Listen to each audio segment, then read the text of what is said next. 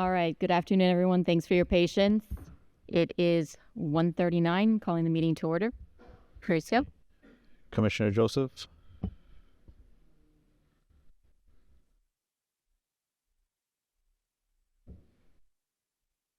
Present. Commissioner Stuyvesant. Vice Mayor Vizcarra. Here. Mayor Svetchin. Here. We have a quorum. Okay. Great. Thank you. So we have a couple of changes to the agenda for this afternoon. Before we begin, Mayor, the following items have been deferred. 4G, discussion regarding the elimination of upland property owner beach event requirements for residents. Item 4H, which is a Gateway Center rentals discussion. And additional information has been provided for item 4C, which is the Save Our Homes from Excessive Property Taxes bill. Okay. Do we need a vote for this? No, we do not. All right. Please go ahead. So with that, the first item that we will be considering is special presentations. Item 3A, the public recognition of Officer Justin Laurado and civilian rescuer Michael Danilo Centeno.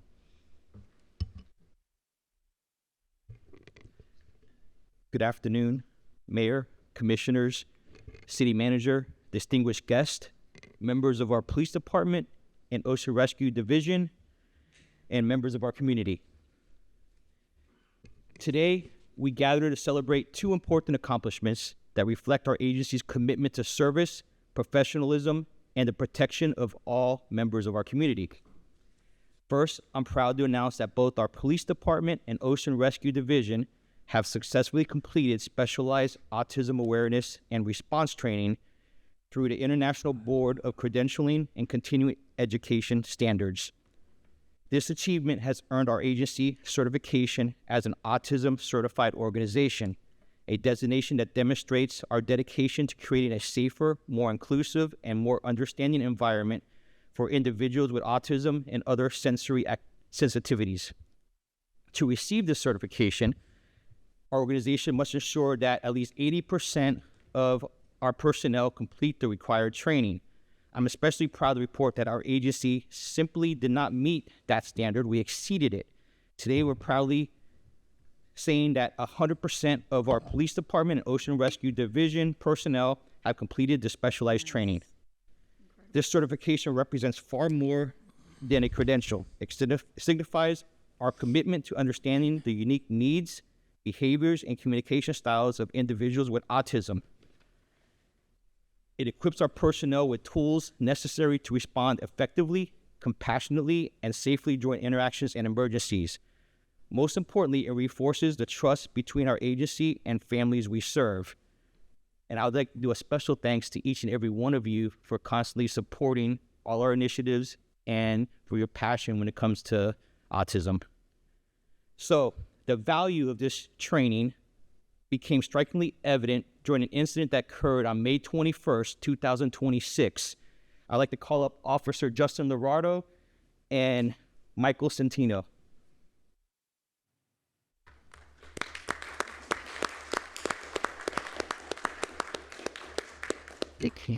So at approximately 3:45 p.m., Officer Justin Laurado was working the school detail when he was alerted by a passerby that a juvenile ran and jumped into the intercoastal waterway.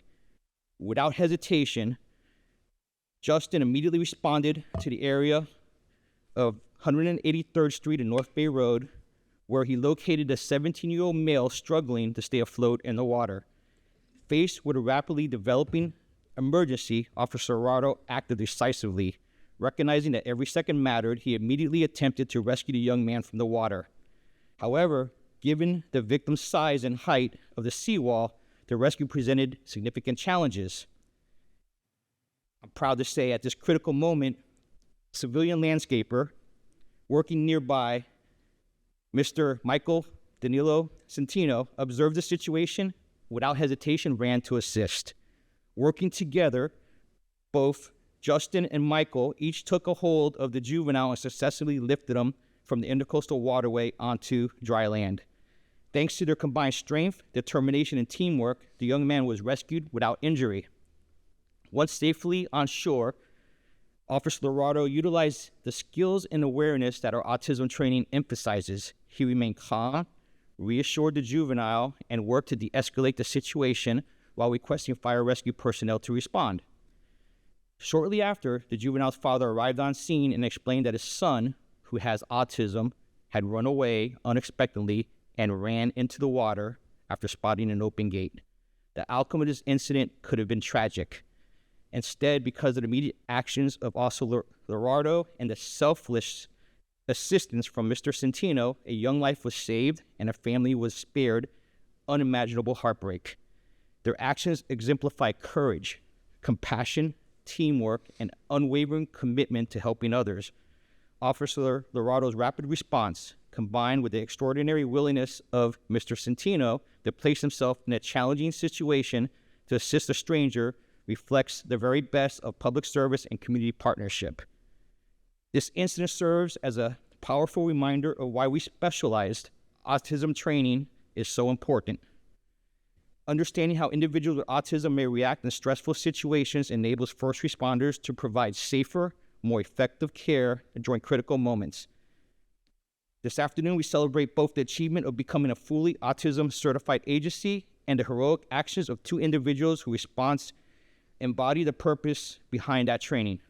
Please join me in congratulating our police department and our Ocean Rescue Unit on achieving autism certification and in recognizing both Officer Justin Lorardo and Mr. Michael Centino for their outstanding and heroic service to our community.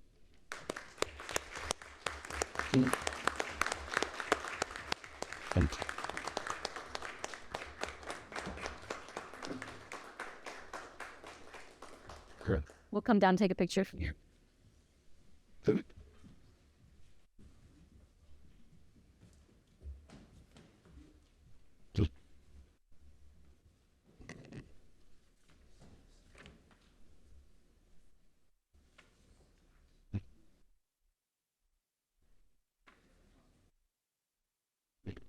Then the endorsement. Schweigerson.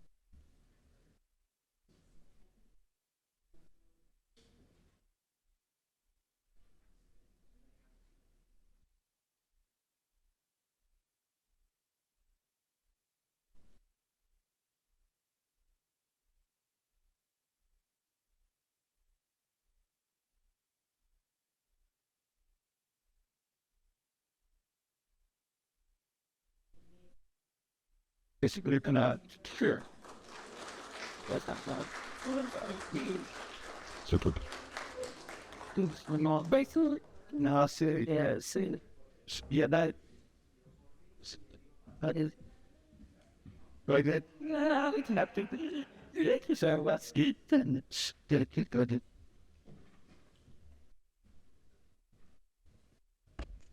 Thank you. I just want to add that and I have a feeling some members of some of my colleagues are going to want to say something as well. The fact that we are 100% trained is incredible, and that we have members of the community willing to do whatever it takes to support this community is really, really incredible. It just goes to show how closely we all look out for each other. And I want to thank you both. And I want to thank the chief and everyone for everything you do to support the most vulnerable people in our community, those with autism. Thank you. Anybody want to add anything? Well, Go ahead.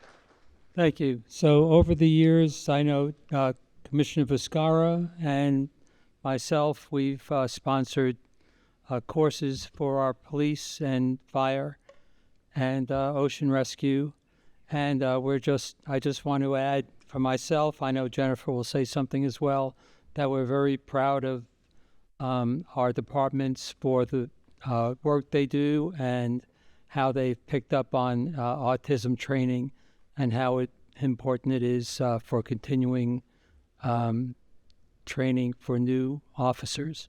Thank you. Commissioner Stevenson, did you want to say anything? No. Vice Mayor? Well done.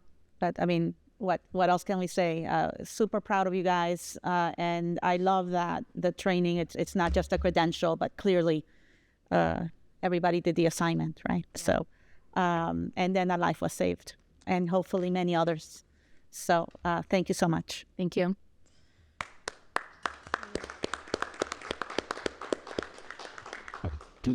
Next item. Next item is 3B, Media Division Awards. Manager?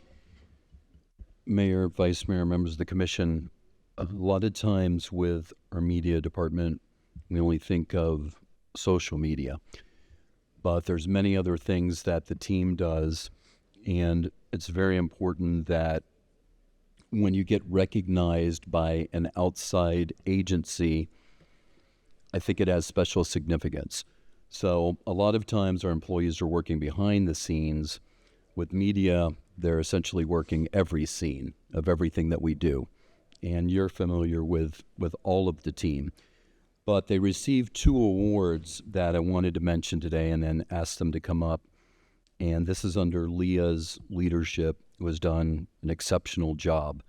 In April, the team received 2nd place from the Florida Municipal Communicators Association in the annual report category, and the award recognized our city manager's report, our annual report for 2025, which we have available in the back. So that's significant. And then in May, the team earned 2nd place in a national award for the National Association of Government Communicators for our calendar, for the city's 2026 desktop calendar. So I'd like for them to come up and take a picture, and we want to thank them and recognize them for what they Okay, did. thank you. Thank you.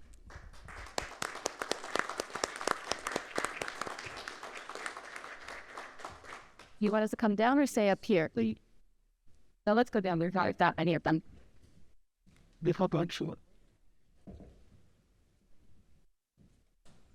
I got the message.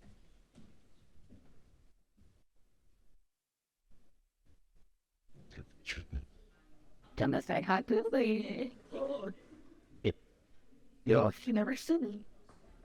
sick of this. What? No, I'm just sick of her with her.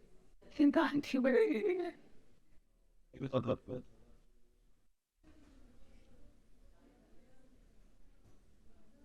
I should sorry.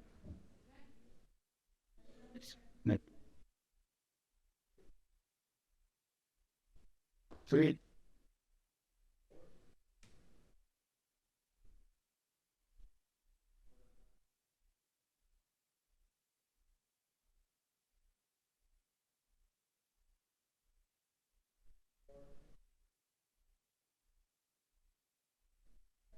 Hey, purpose the not days. You know, doesn't shit.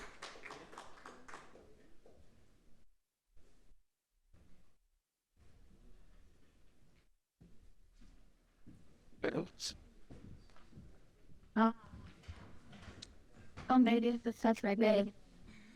I left sold him.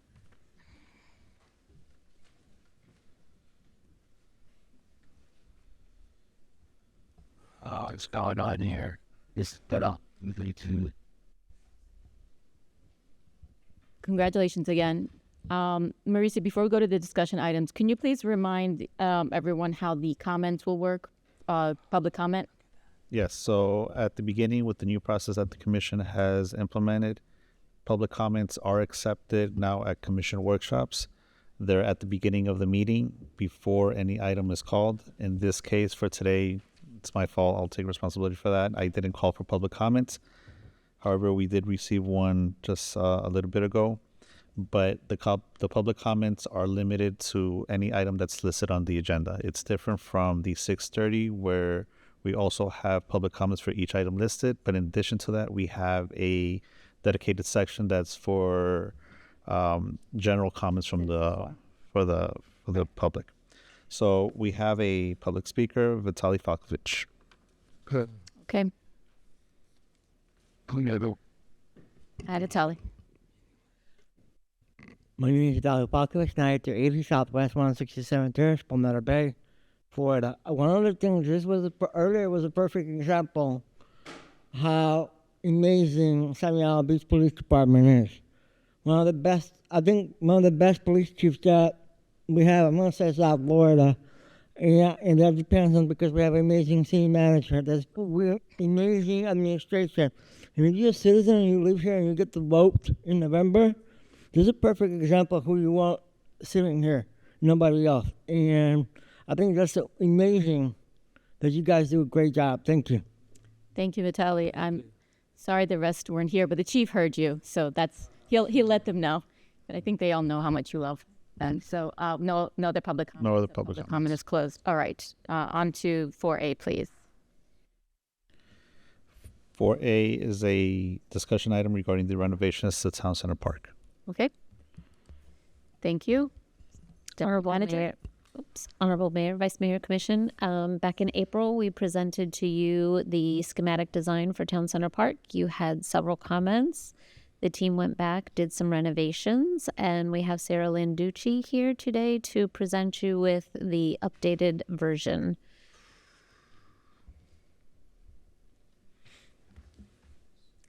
Hi. Hi, thank you. Thanks for having me.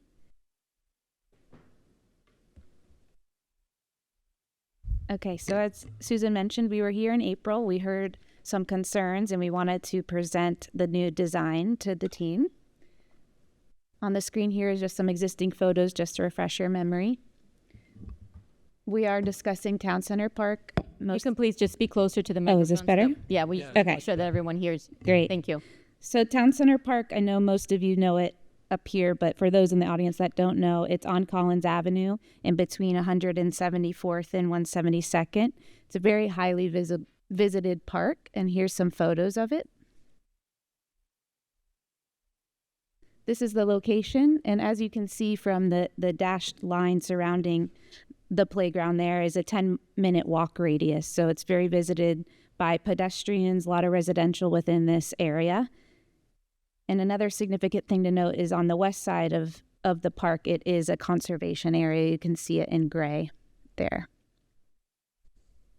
Some more existing photos, which we already went through. This is showing just a site analysis. Some important things to note here is the building location is on the west side with the purple star. The playground is on the south side with an open lawn to the north. There's an existing gazebo and shade structure as well at the playground. As you move further north and to the west was the meditation garden that was completed back in 2024. There's an existing parking lot with about 13 spaces.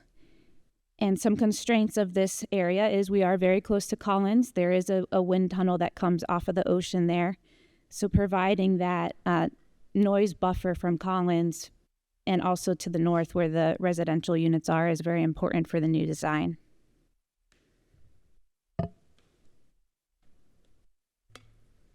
Here's some character imagery that has inspired the new concept design. One of the most important things here is we want to incorporate some innovative play structures, move away from the post and platform playgrounds that you see a lot today. Also, within these playgrounds, you see a lot of natural shade elements, large palm trees and native ficus trees, which help shade these areas and create a very enjoyable space for children and adults.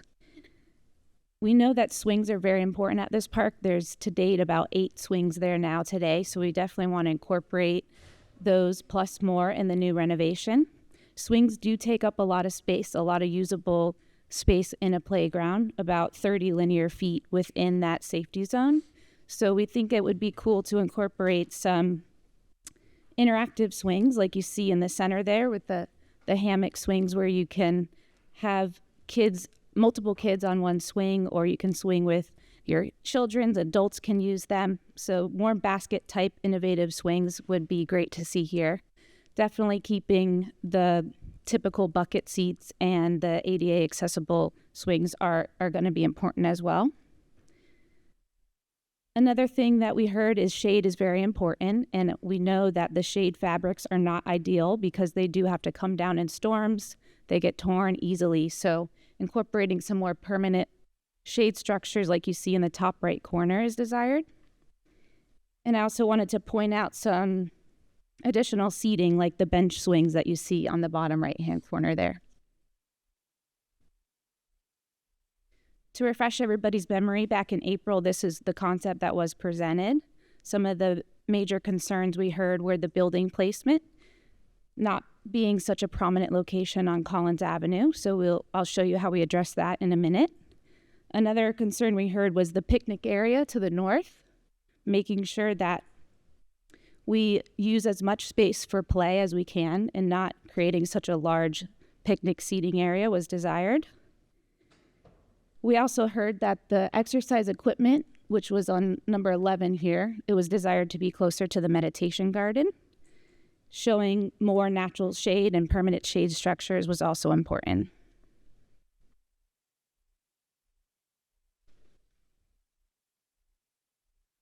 So with this new design here, you can see the building placement in number 5. It moved further west, a little bit closer to where the existing building is. So that will be good for future utilities. They'll be in that area, which will help with cost. The parking lot stayed the same. It was 13 spaces existing. We're adding 10 to that to create more parking there. And the building was pushed a little bit away from the parking lot to create a buffer between the parking lot zone and the fenced-in area around the playground. And coming off of the building structure, it's not just a restroom facility, which we know is needed. They are increasing the number of restrooms there, but creating an architectural shade element over this restroom to create a plaza space where you can have movable furniture that interconnects with the playground is what we're showing there on number 6, which leads to an iconic specimen tree with integral bench seating around it in number 7 there. So you can interact with the plaza space around the building, but you can also have seating all throughout the playground there. And to play off of that oval and architectural elements with the shade around the building, you can see we're incorporating some more permanent shade structures with number 12 there, which was similar to the photo I showed earlier. Keeping that oval design and having a fun, bright yellow color to play off of the Sunny Isles logo is the desire there. And in this space, we are incorporating additional landscape areas that will have bench seating under that so the parents can view the playground from all angles. And there'll be space for trees and palms as well to help with shade. We also moved the exercise equipment up closer to the meditation garden, which is shown at number 13. There'll be a landscape buffer and those misters at number 15, separating those two spaces. The open lawn remained, and then we revised the plaza at the southeast corner as you enter the playground, creating a nice area there to create signage or some seating as a stopping point, and then a gateway entry into the park at number 12 with another shade structure there to just tie it all in together. And as you enter along that promenade there, some bench seating to the left, and then the playground's over on the right-hand side.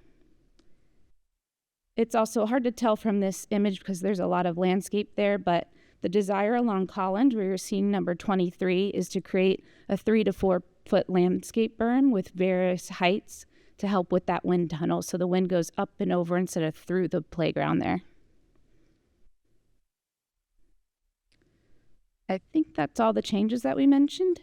If you are entering the playground for the meditation garden only, there's a couple of ways to get there. If you're coming by foot, the north entrance at number 2, that gate will lead you at a more direct path to the meditation garden without having to go through the playground. You can easily get to the exercise equipment there as well. Or through the parking lot on the south, we created another gate at the west side, on the west side of the building, where you can directly access that area from the parking lot. May I ask a quick question? Of course. Is that number 13, the meditation garden? The meditation garden is number 18, actually. The existing meditation garden, all the way to the left. Can I point with this? The pointer doesn't work very well, but Okay. you see the tent on the top. That the meditation garden is that whole area on the left, above the table. Okay. Have it. I was It is. okay. Got it. Number 13 is the workout I had zoomed in too much and it was not in my, okay, got it. Yes, it's a Thank little you. bit off the page. Yep. 13 is the exercise. That's correct. I'm here for any other questions that we need, or if I Just one other point to note, the misters remained. There was some talk about more water play, but as we discussed before, we're trying to not have every park be the same and to make a meaningful water play area. We would be looking to do that at Heritage Park. So that is not incorporated in this plan. Okay. Does anyone else have questions? No. No?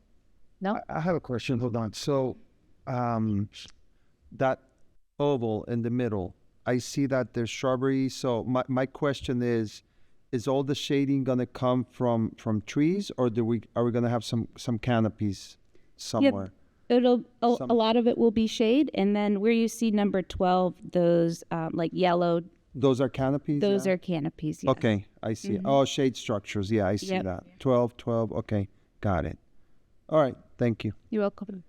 The size of those canopies, is it to size what we're seeing here? How big are they going to be? The yellow canopy. This is to scale. To scale, it is. Yeah, it Okay. is to scale. Yes. All right. So I have a question regarding the current canopy, or what are we doing with that? Are we going to be replacing it, or are we waiting for this? No. We're replacing it. It's been on order. We had to have a whole new one because it ripped, and it is, I believe I saw an email yesterday that it's 2 weeks out and installation is being scheduled. And once it's installed, are we going to have to take it down because of hurricane season? We don't take it down for hurricane season, but if we know that a storm is coming, then we do remove it to protect it. All right. I just wanted to get clarification for anyone listening because I know that's been a hot topic. Okay. Yeah. This is great. I mean, I did want to see water, but I think that's as it gets hotter, you just want to see water everywhere. But Water and shade. thank you. Yes. Oh, I do have one question. Go ahead. So, do we have any option for having any water sprays? Yeah, that's what we're showing in 15 there. Yeah. And so there's we a do- there's an yeah, image on the right. character imagery, Okay, something so those similar are to that. Quite helpful. Yeah, something that will be architectural and sculptural. Right. So it'll be aesthetically pleasing to the eye, even without the water being on. So Right. Mhm. Oh, Sarah, can you just I go was back a talking couple about- pages? I was talking about cooling spray. Misters. Misters. Yes, Yes. that's what Do she we have said. misters? yes, Okay. yep, on number 15 there. Okay. Great. Commissioner Long, did you have a question? Yeah, I have a question. So with the exercise area, are we still looking to keep the bars and the similar setup we have now? With those green bars and So the discussion was to eliminate the stations that are throughout. no, the stations, and to yeah. keep the typical workout equipment in the workout that area. Okay. Yes. Okay, perfect. Anyone else? And the pull-up bars are staying? Yes. Okay. Well, they're not staying. We'll have new ones, but yes, Well, one keep. There will be pull-up bars. Okay. if that's what's important. And Yes. what's the timeline? Favorite question? So if we have approval today, Yes. then they will go back and work on construction drawing, the next phase of drawing so that we can go out to bid. Okay. Bidding is going to take, I don't know how long it'll take you to get plans good enough to bid, but the bidding process alone is going to take a good 3 months, 8 to 12 weeks. Okay. We can't speed that up anymore, I'm assuming. They're complex plans. No, I know. I think that everyone on this commission is very eager to get this done as soon as possible because it's a long time coming. So, We will make it a priority, yes. okay. I'd rather see the sports park done. All right. Okay. Thank you. Thank you. Okay. Thank you, Sarah. I just have to return a phone. All right. Next item. The next item on the agenda is 4B, the use of AI policy discussion.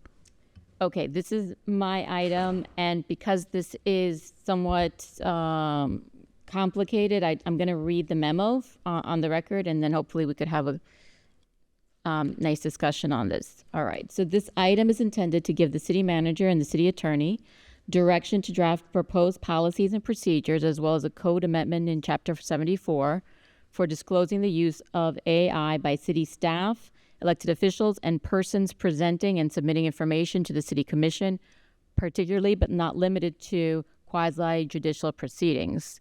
The use of AI has become common and prevalent in all levels of society, including entertainment, social media, academia, business, law, and government. Apart from its benefits, the increasing use of AI raises important concerns regarding potential misinformation and disinformation, reliability, data privacy, transparency, plagiarism, intellectual property, and proper identification of source materials and data.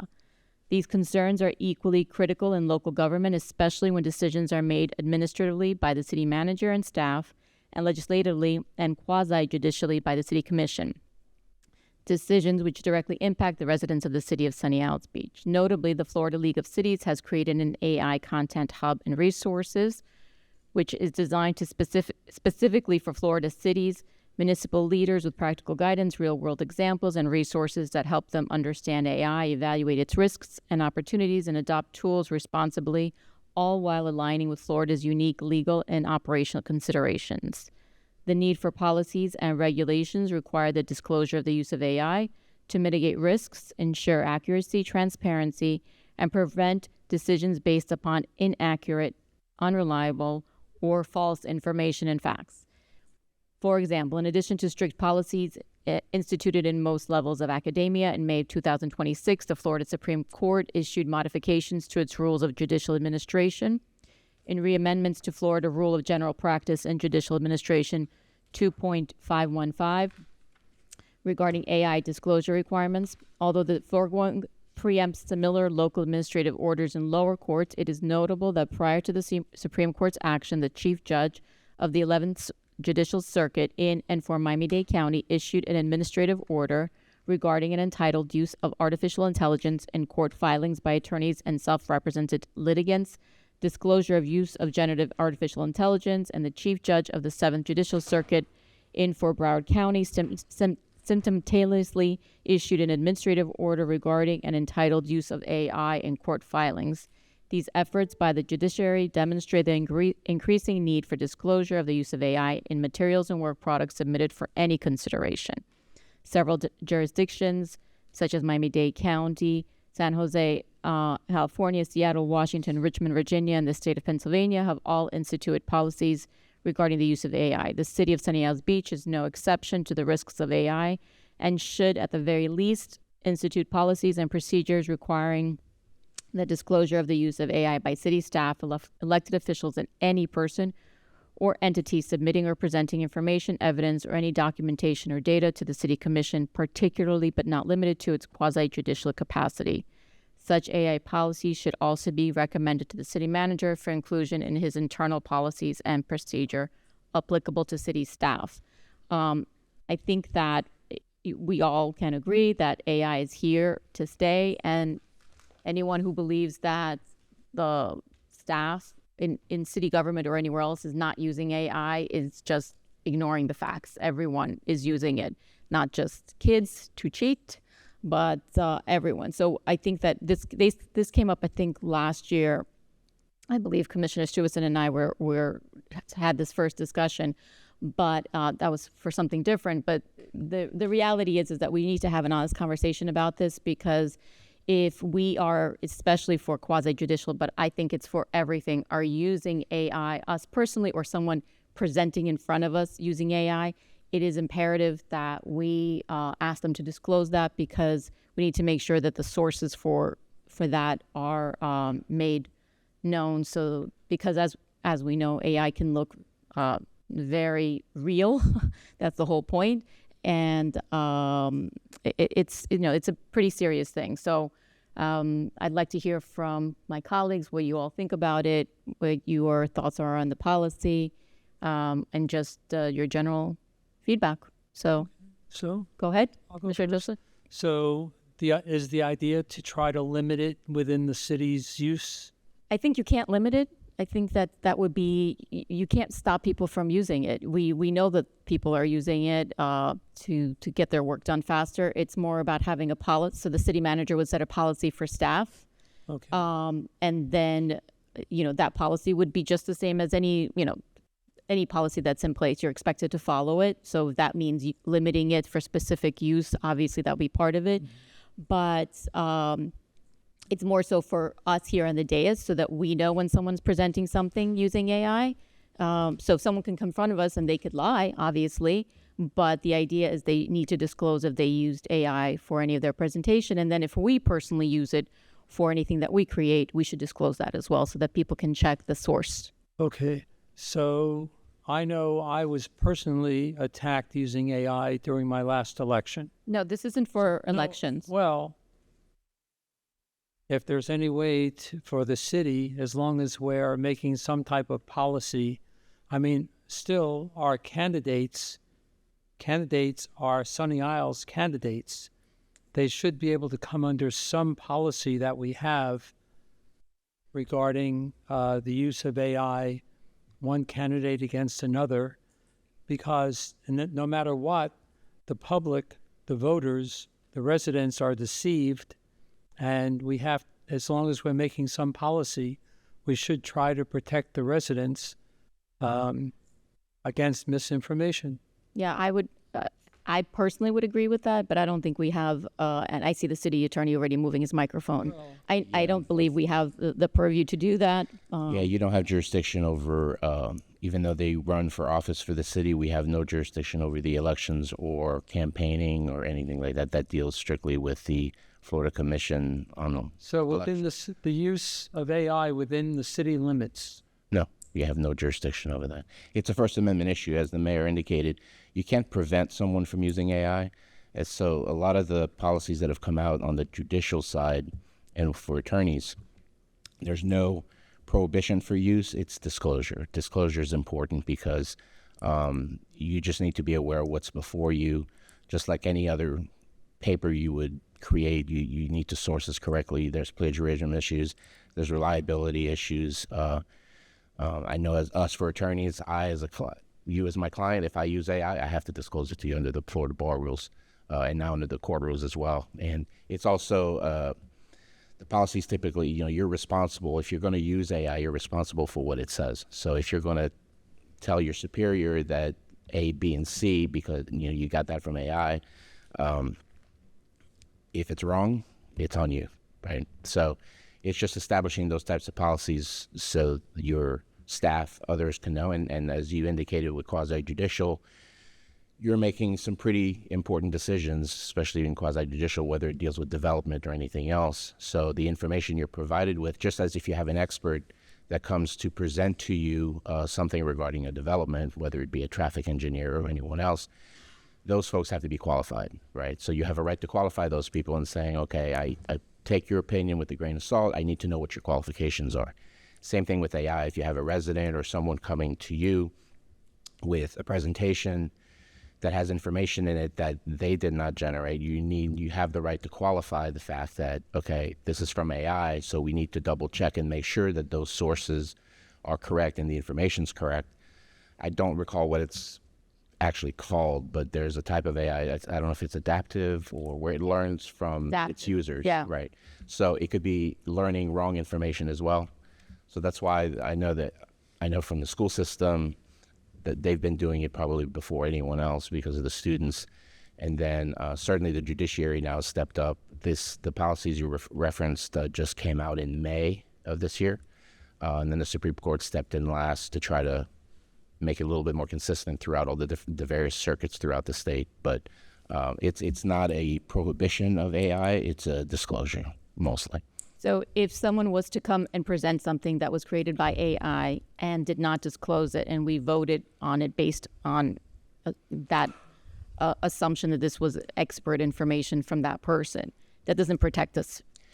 No, you do have already a provision in your code, actually in your charter, I believe, where if not on AI or inaccuracy, but if someone comes to you and gives you patently false information and says this is true and it's patently false, it makes the item you voted on voidable under your code and charter, right? So similarly with AI, if someone, not just because they didn't disclose it was AI, I see. but if it turns out that it's false, The AI disclosure is kind of like a little red flag for you to just pay particularly close attention to the information. It's an added tool to ensure accuracy, just like an expert who's qualified can come up to the dais and patently lie. There's no protection against that until you find out it is, and then you have to potential recourse of making something voidable. So it would be the same with AI. Okay. Commissioner Long? Yeah. So, I mean, there's no federal laws regulating AI right now. I wonder if the state of Florida has any laws that regulate AI. They're not law. A lot of them are administrative policies. So, like for example, the state of Pennsylvania. Typically, these types of things come out as administrative policies. Yeah. And usually, at least in Florida, I believe it's per agency. Typically, the various agencies will develop their own policies. There's no statute necessarily on it. I don't know that they're necessarily codified in any state because it is a huge First Amendment issue. But typically, it's through administrative policies by various agencies. And there may be, for example, the State Department may have I haven't looked, but the Federal State Department may have a policy on the use of AI. Same with the Defense Department. Each agency probably has some form of administrative, not necessarily law, but some form of administrative regulations on at least disclosure. Yeah. Because my question is, okay, so are we looking to regulate the use of AI when you're generating content, whether it's a report, whether it's pictures, video, etc.? Because right now we use AI for, like, search is not done through Google anymore. It's really done through AI. So are we going to have to disclose whether we take a whole bunch of information and format it through AI instead of going to Excel? You could just use ChatGPT or Claude to format something. Depending on how the policy will summarize come out. a bill.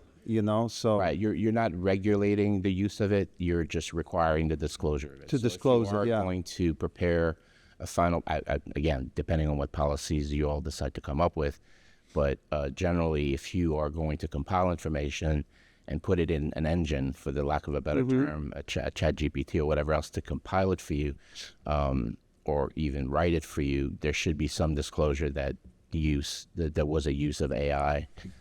So again, so you know, if someone hands something to you, they used AI, okay, you may want to double check it a little bit more, and that's up to you. But at least it gives you that opportunity to add that extra layer of, and I'll give a quick war story, but one of the reasons why the judiciary has stepped up, there was a case in, I want to say Pennsylvania, but I won't name the firm because it's a national firm and I don't want to disparage anyone, but an attorney, young attorney, decided to use AI in the briefs and said, I need cases that say this, this, and that. Yeah. Lo and behold, there were cases that said this and that. And when it got to the court, the opposing counsel said, by the way, that's great. Those cases don't exist. They had citations. They had exactly what needed to be said, but they weren't real. So obviously that attorney probably lost his job. But again, I'm not saying that, sometimes it's completely unintentional, but it adds that little asterisk to just maybe double check. I guess my point is that whether we are aware of it or not, we're using AI for almost everything right now. Because you go on Google and it's really like Gemini that's giving you kind of like a summary of whatever search you're looking for. Like, you don't click on links anymore. You just look at the summary that this Google Gemini is giving you. Right, but if you rely on that and you're going to present it to a governing body that's going to make a decision, so we should disclose everything, basically everything. Yeah, I think, like, if you were to take, let's say, certain bills that are like 200 pages. Yeah, and you were going to use it to summarize it, to have a discussion. I don't know if you need to tell everyone but if you wrote something that then you shared with the commission. That's my question, whether you're generating something or you're using it to summarize or to format information, right. whatever. I think that, there's a difference. And I'll give an example here. I won't name anybody because there was absolutely nothing done wrong. But someone wrote a letter here that we had advised should be written, and it was written, and it was so well written. I had to compliment the employee and say, that is really well written, good job. And to his or her credit, they said, I used ChatGPT, which is great. That's fine. It was an excellent letter. It said exactly what it needed to be said. There was nothing wrong with it. and it actually generated the response, exactly the response we wanted. But it was good to know, because had he been, him or her been my employee and keeps giving me that word product, I'm like, hey, this person deserves a raise. They're really good at writing. But it's good to know that there was assistance there. Yeah. And then also from a supervisory level, also gives you the idea of, okay, it sounds great, but if it was used, if AI was used, maybe we need to double check it before we send it to another agency or something like that. Vice Mayor? I would add, you guys know I'm like the least techie person that you'll meet, like, ever. So I'm very suspicious of these things. But like you say, it's inevitable, right? Even when I think, oh, I'm the one using Google, it's already in there. Yeah. But I have tested it. So even if you're just using it for summary, you have to be careful. Yes. I have asked it to summarize cases that I've used, right? That I know what they say, and I'm like, okay, give me a summary of, I give it like a prompt. Literally, it was like maybe 6 cases. 3 were correct and 3 were wrong. Well, so even at the summary level, so I would be very careful. So maybe it hasn't adapted yet. Okay, well, if I was relying on it that day, I would have been in trouble, right? Mm-hmm. So, and there's also I've seen footage of a young lawyer who did exactly that, put in the submitted fake cases, which, stellar argument, all these amazing cases that don't exist. But then the opposing counsel didn't catch it. Maybe he ran it through AI, and yeah, it does say that. Who knows? Opposing counsel didn't catch it. So then both got reprimanded, because it would have been, if you see a case where you're like, oh my God, this guy, how did I not know that? You go and you look it up, and then when you don't find it, you challenge them, right? So part of it, I think it's it's generational. If you're a younger lawyer, a younger person, and you were born with the internet, I was not. So I'm somebody who had to adapt into it. They just view things differently. So I think it goes to our training as well, as we're developing the workforce, that they understand whatever the expectations are. So I don't know.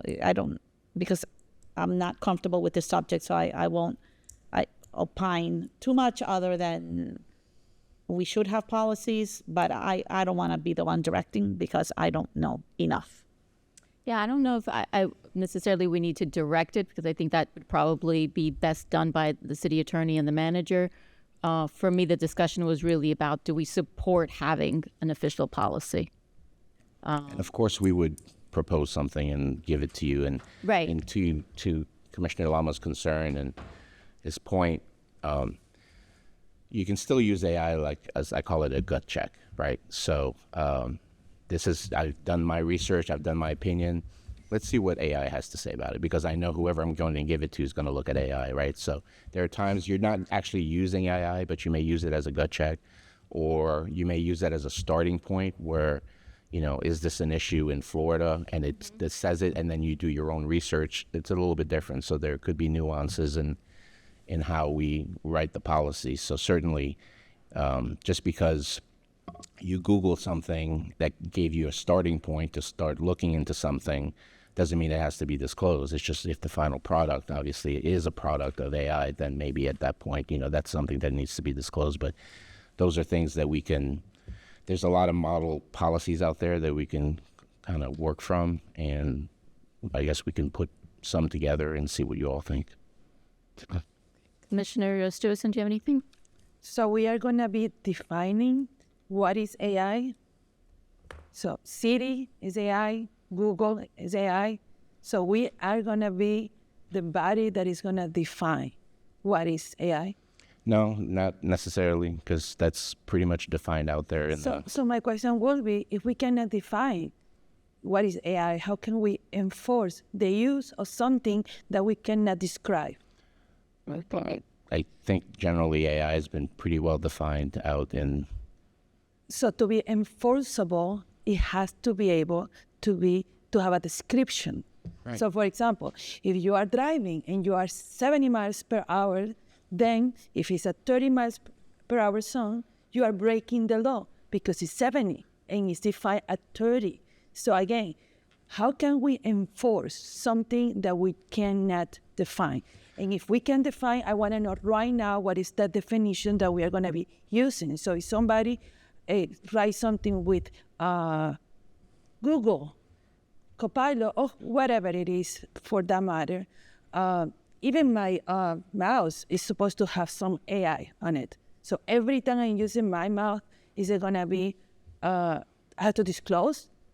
I don't understand the need. I don't understand what is it that the problem that we are trying to solve. And that question is for you, Larissa. What is exactly what are we trying to fix? Sure.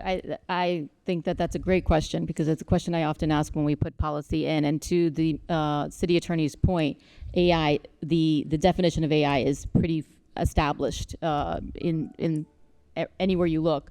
And I would defer to the city manager and the attorney to really put that in writing.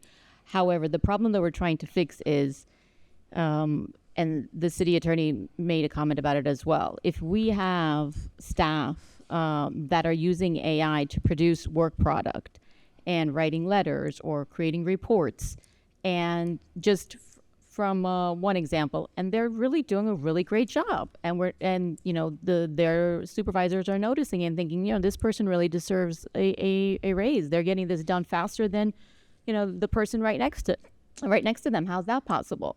Well, if they've been using AI, that's not very fair. They should be disclosing, hey, I'm using AI to complete these reports. That used to take 2 hours, now it's going to take me 5 minutes. That's one example. Another example is if we have somebody that's presenting in front of us, and this is not specifically regarding us, this is in a policy overall. If we have someone that's presenting in front of us and they're claiming that they have expert information on something to do with a site plan, or with a park, like just now, we had a presentation about what the park would look like. If that person was using AI to generate those images, I would like to know about it in advance because I'd like to know, is it the design that they created or subsidence? It could be anything. There, I can go on and on and on. The point is, I'm not talking about using a mouse, and I don't even know what AI a mouse has, but that's not the point. To Commissioner Lama's point, if you're using it as for Gemini, a Google search or whatever, you have to use your judgment. This isn't going to be like everything that you do. You're going to have to sit down with a pencil and mark every single search that you ever have. But if you're creating, and when I say you, I don't mean you, I mean all. If something is being created and presented as a document that we would be potentially using to vote on, we should all know in advance that AI was used. So to my point, so it has to be defined. Sure. So it has to be defined to be enforceable. Artificial intelligence. Plus common sense is not a legal standard that you can enforce either. So common sense, I wish we could teach that. And it was used for anything and everything. So to my point, here we are trying to fix a problem that doesn't exist, in my opinion. So if somebody went to college and learned how to use certain tools better than others, well, that's ingenuity. So that means thank you for capitalism. So I would love to see first, how is it that we're going to define AI? So when there is a new program, we have to redefine, because like I said, Siri is AI. So you're asking Siri, you're telling Siri, please take these notes right now for tonight's commission's meeting. Is that the use on AI when she's taking my notes? If I'm asking, which by the way, I don't use Siri, but that's just an example. So what is it that we're trying to fix here? Like you said at the very beginning, AI is here to stay.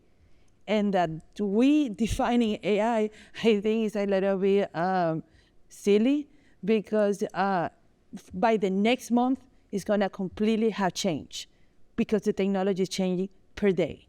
So we're gonna put at least, if you use ChatGPT or Gemini or Copilot, then you have to disclose. And then what about the other 5 software that are being created right now? So like I said, and we have a few lawyers here today. So how can you enforce something that you cannot define.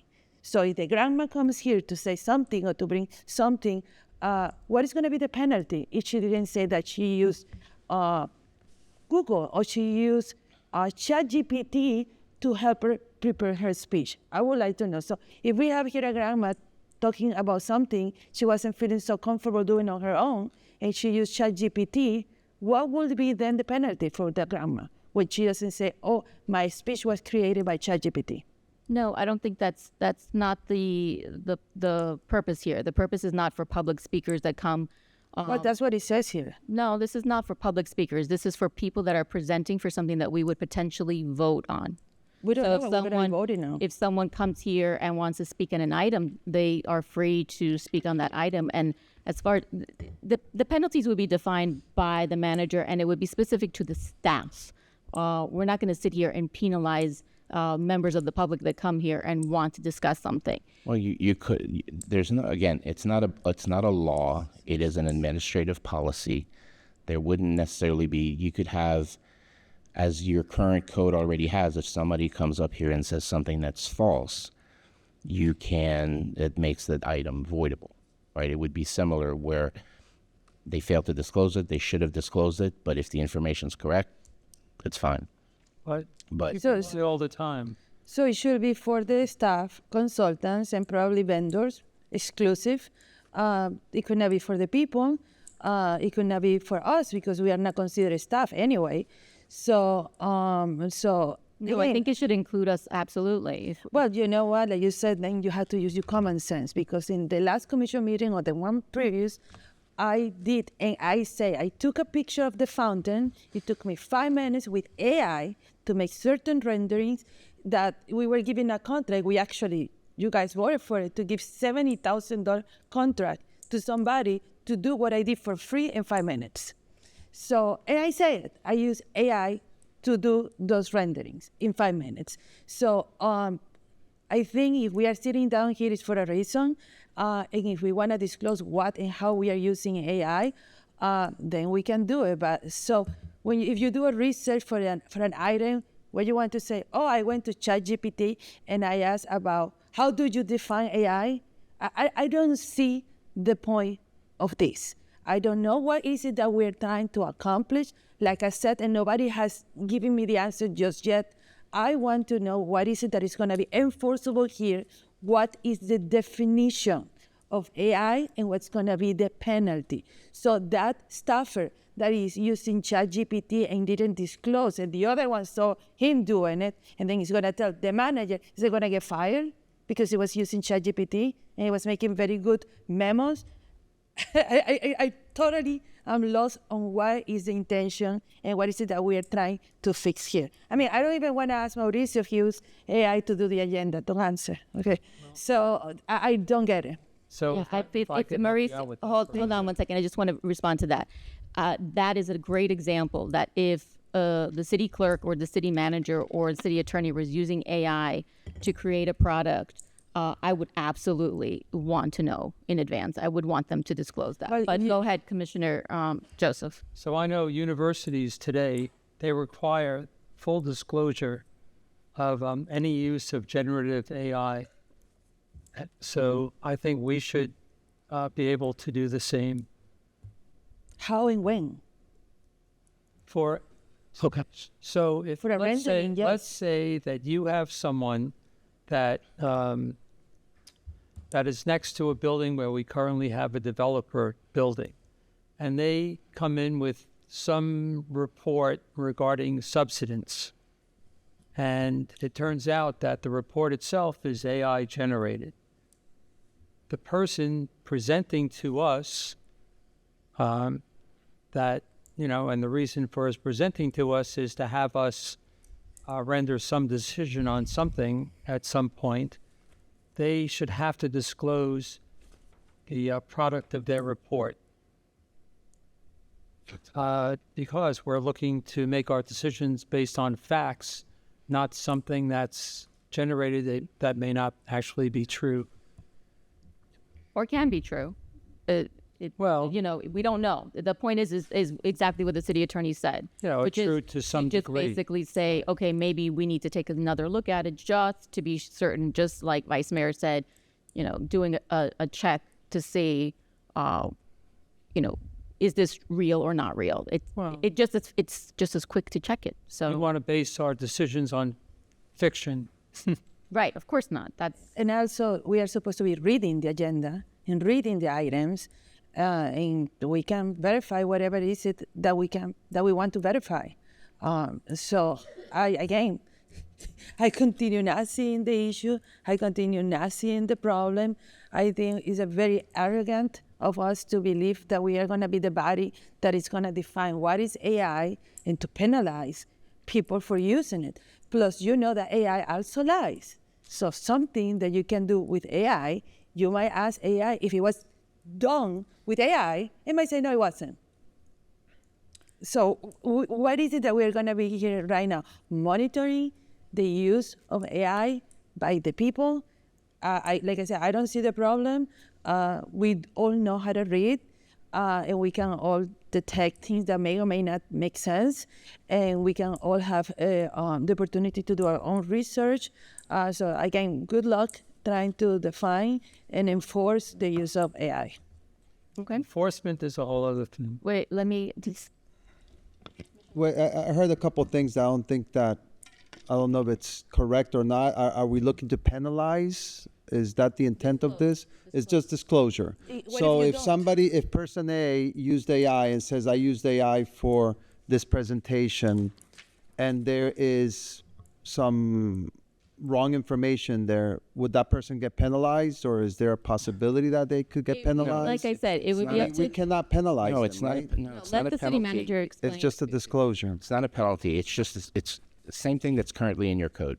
Yeah, If someone comes up here for a variance, yeah. right, and they outright lie to you, and after the fact you find out, It's the out same they thing. absolutely lied, that item becomes voidable. You can come back under your code and you can void it out. Correct. This is just a flag that's to say that it's like me. If you ask me my opinion now, it's like, hold on, Yeah, that's my opinion. No, it's not. It's ChatGPT's opinion. yeah. You paying me for my opinion, or you paying ChatGPT? Because Google can do that for you all day long. It's probably inaccurate, but it can do that for you all day long. It's just something for you to know, and to when you're making your decision, just like you look at the credibility when you act in a quasi-judicial capacity, and you as an attorney know, whether you go to trial or anything else, you always have, as a juror or as an attorney, you have to consider the credibility of the witness, right? Yeah.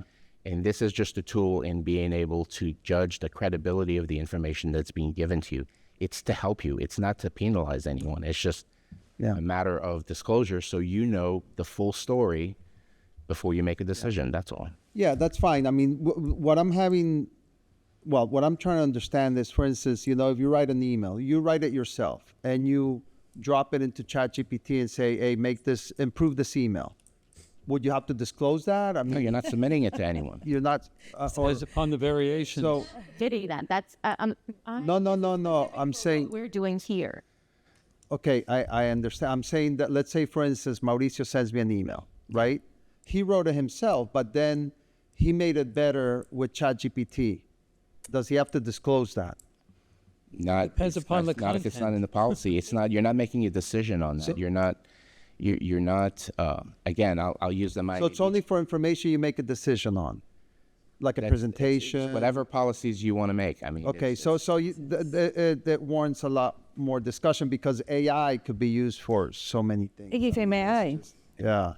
So if you're But it's just like if you go to the doctor and your doctor uses AI to No, diagnose you. Do you want to know that? Yeah, of course. Yeah.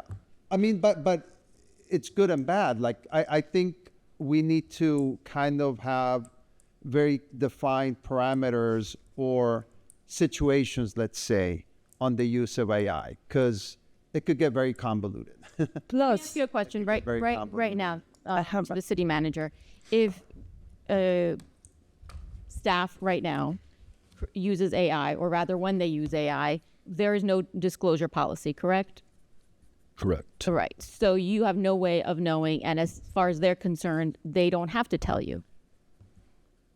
Correct. Right. So this is to that point where if staff, because we're for some reason so focused on us, this isn't necessarily about us. It should include us because I think that's just a When you good say us, process. are you referring just to the commission? To or the commission. referring the city? But commission it's and really city about staff? the staff and about anyone that presents to us and vendors or applicants. But, it's the sort of thing, if we expect others to do it, we should follow that same suit. There's nothing wrong with using AI. It's part of doing business, but it's about disclosing it. So if you feel like you wrote an email and you asked whatever AI it is, and to Commissioner Stevenson point, it could be a million other things tomorrow. The definition is artificial intelligence, meaning you didn't write that. If you felt like putting a disclosure because you wanted to be super honest and say, I used AI, sure. But right now, Grammarly, spell check, like that, no, I don't think so. But like I said, I would like to see the manager or the city attorney look at what other municipalities are doing to see if that's something that we could incorporate into our policy, same as any, sexual harassment policy, any of those things, in order to make it as clear as possible so that if someone's getting hired, they know what the expectation is. Yeah. I mean, listen, I understand the whole point, and to be quite honest, I think that the more tools that staff uses, AI, and there's a lot of different AIs that are really, really good, I think it'll just make it could improve their quality and make them a lot more efficient. I think that what everybody needs to be aware of is that AI does hallucinate and make up stuff, and all of us that use AI, we need to be extra careful in double and triple checking before we send something or before we present something. So I would certainly not want whatever we put in paper to discourage or make staff afraid of using AI, because I would like them to use AI, because there's some tools that just spit out information or help you format whatever presentation you need in 5 minutes. So I think we need to think about it. I do want the disclosure to happen, but we need to be very careful on how we structure it, I say. Okay. So I just have one more thing to But let me just, is this Vice Mayor? I think it needs to just be handled at the staff level. I worry that this becomes us micromanaging. I think it's worth the discussion. It's an interesting topic, but I think we need to let them figure it out. I agree. Yeah. Well, Commissioner Joseph? yes. So I know there's one checker that universities are using. It's called Turnitin. And for people like the city manager who receives or could be receiving information from staff, that might be one service to use for yourself to check on facts. It's called Turnitin, which is one of the better ones to use regarding checking on AI. And to your point also, to Alex's point, if you are writing an email and you have Grammarly is AI. And it's going to tell you make any mistakes, if they're going to give you suggestions to make the flow even better. So then the other comment that I have is that what if you use it and there is no disclosure? So why are we doing this when there's, like you said, there's going to be no penalty? So if there is no penalty for not disclosing, so why would you disclose anyway? So why are we going to be making a whole paper and make the city attorney work on this when at the end of the day, they said that there is going to be no penalty if you don't disclose? So what is the policy for? Okay. Well, I think, may I? Yes, go ahead. So I think that the whole intent of this, and I see the point. I mean, I'm not trying to discourage the use of AI. Actually, I want people to use AI and become very proficient in it. I think the whole point of this, or maybe it should be something else, is to make sure that people that use AI double check the work and make sure that it is accurate. At the end of the day, it's all about accuracy. So there should be some sort of, something conscious about, us, where we say, okay, we're using AI, this is great, it makes my job a lot easier, it makes me more efficient, etc., and it makes it better, but obviously there is a dark side to this, or there's mistakes But that AI. That's not my question. My question is, what if we write this policy, we approve it, and it's only about disclosing? What if you don't disclose? Well, there's no. Then you're breaking the policy. So there's no penalty. So why would you have it in the first But place? this is okay. I think it's more for awareness. Yeah, actually. It's more for I think that awareness. we let the city manager and the city attorney figure that part out, because again, this is geared towards more staff and vendors, and to put them on notice that this is the expectation. So okay, I think And just again, my only interest in it is on the liability side, right? So the only thing I would add is it's good to have a policy in place, because, for example, and I'm not suggesting anybody is doing this, but you don't want your building official, you don't want your city engineers, you don't want your professional people using AI to do their job, right? Because you don't want, and granted, me, for example, I can't use AI unless I disclose it to you, right? I'm regulated by the Florida Bar, the Florida Supreme Court. Yeah. Sure, some engineers are also subject to discipline if they do that. But to have a stated policy helps, because if you have someone, city engineer or somebody that makes a decision that says, this is my work product, this is what we're going to do for this particular thing, and the whole thing falls apart and somebody gets hurt, right? And then it comes out, it helps that you have a policy saying you're not supposed to do that. But again, it doesn't have to be. It's just, from the liability standpoint, it's good to have, but Yeah. But you just say subject to discipline. So to my point is that, so we're going to have a policy saying you need to disclose, but if you don't, it's not always comes down to. So, for example, I'll switch back to Title VII, right? So your defense, if you are accused of sexual harassment, one of your employees are, right? Your defense as an entity, as a municipal corporation, is that you have a policy in place that addresses it. If you don't have a defense. You're almost automatically liable because you are allowing an environment that permits that. To have a policy in place helps. So if you have something that happens with regards to excessive use of AI in a professional setting when something bad happens, it's an added defense for you to come in and say, we have a policy against that. This person violated the policy. But it's worse not having the policy, because then it's like you don't even have a policy. You tacitly allow your people to do this. And it's the same thing. It's not about penalizing. It's about having a policy in place that should be followed. okay. I think we have consensus. So, next item. I mean, do we have consensus? I believe so. Yeah. Can we vocalize that consensus? Because I'm really that. You can't vote, but We're not voting. I know, but like I'm not so sure we have consensus. I don't know. I don't. We want a policy for AI. No.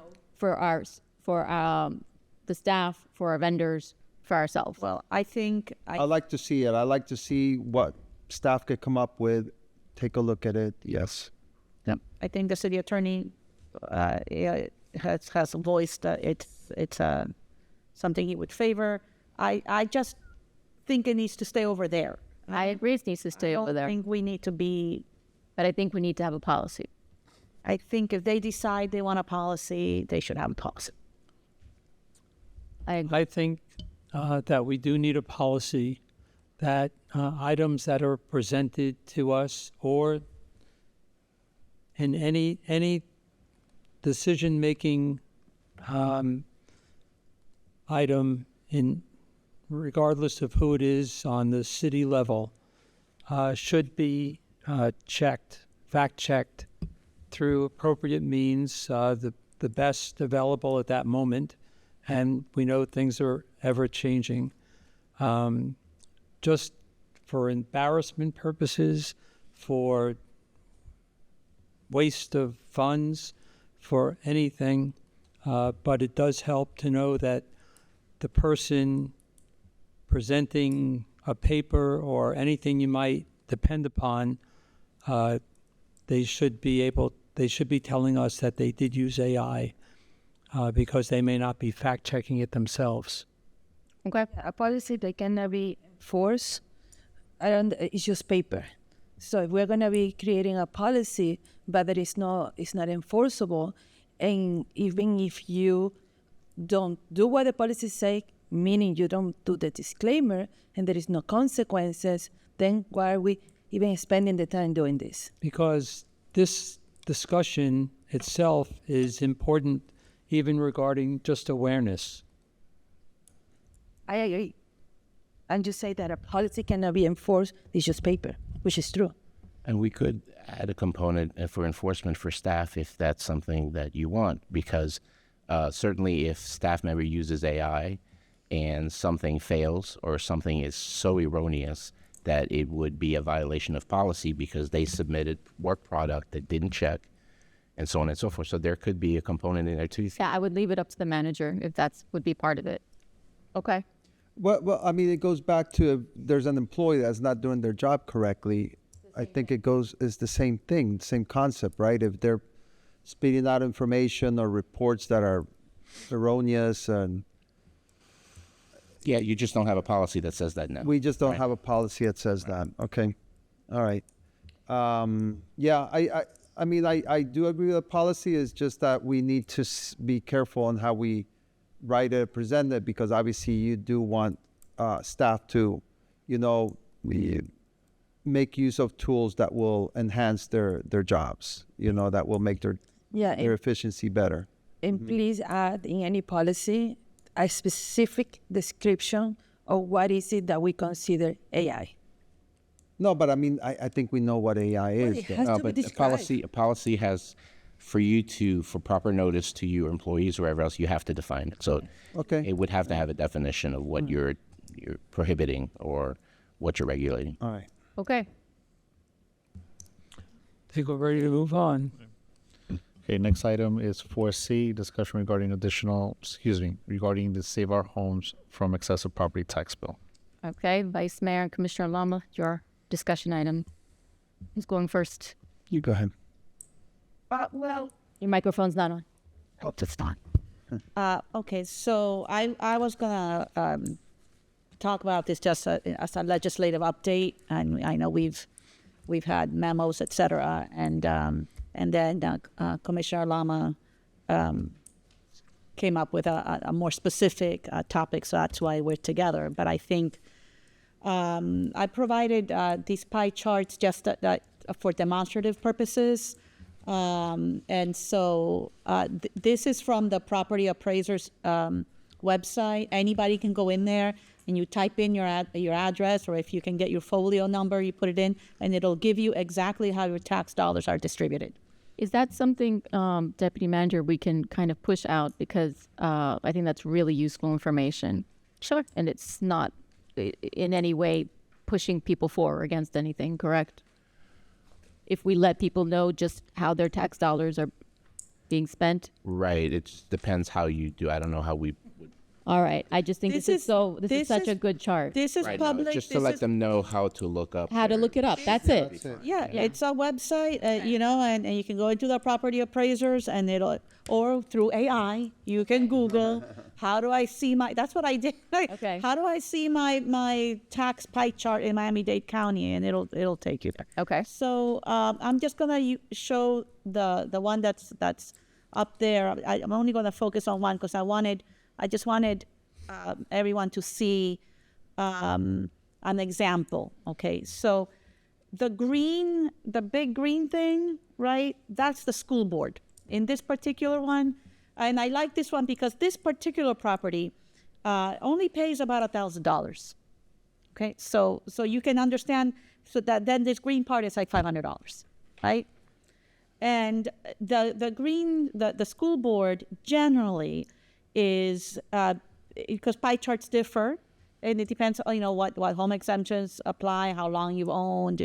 There's different, I'm not an expert, I should say that, but the pie charts are different. That's why I gave you guys like a sample, okay? But I only wanted to show this one. So the green part is usually between 40 to 50%. That's the school board. So with the, I really, at some point, the city attorney is going to have to chime in and help clarify, because I'm certainly not an expert. I don't think anybody's an expert. We're all trying to figure out what this new law means. It's not what people get excited. Well, I don't have to pay property taxes. You do, and you will.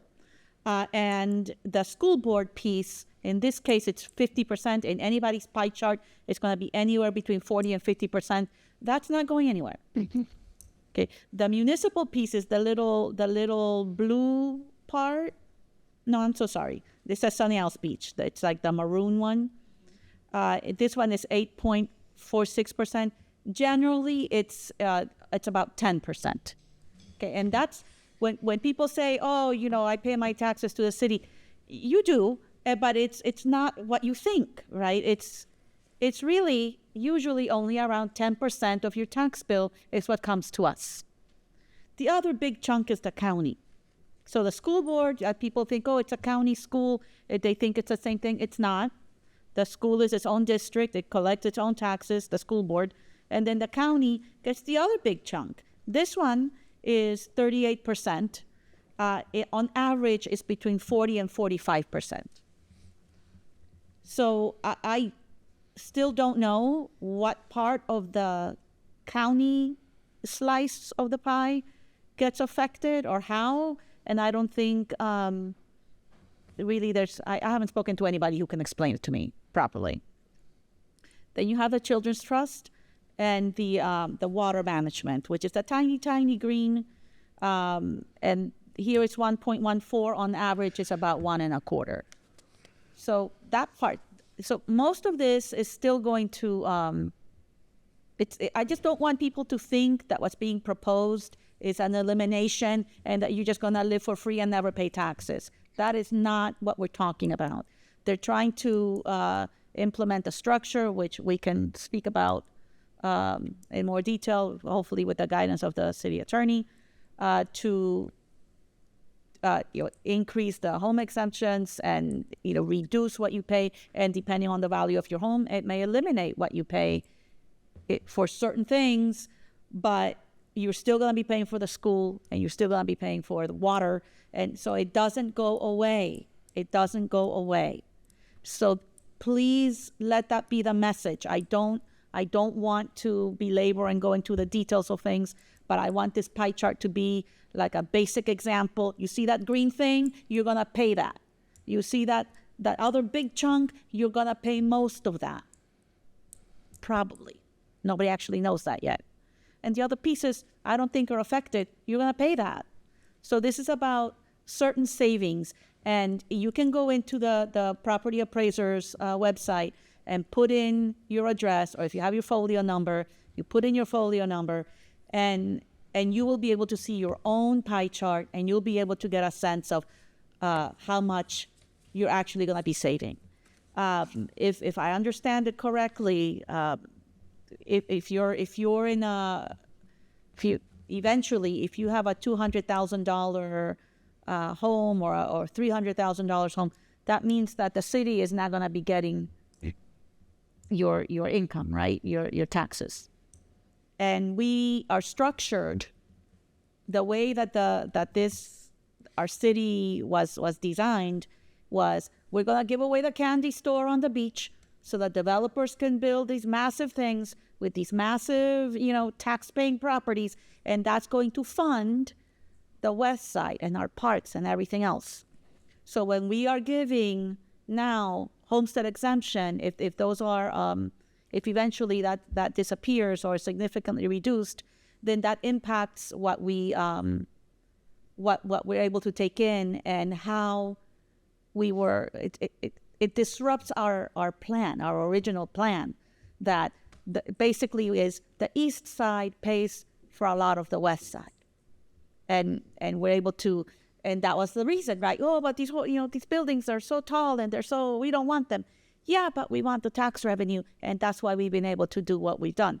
I'm not saying that I love that premise, but that's the premise that it was built on, and that's what we've been working on. So when you start disrupting that, for us, it would be very impactful and maybe survivable for us.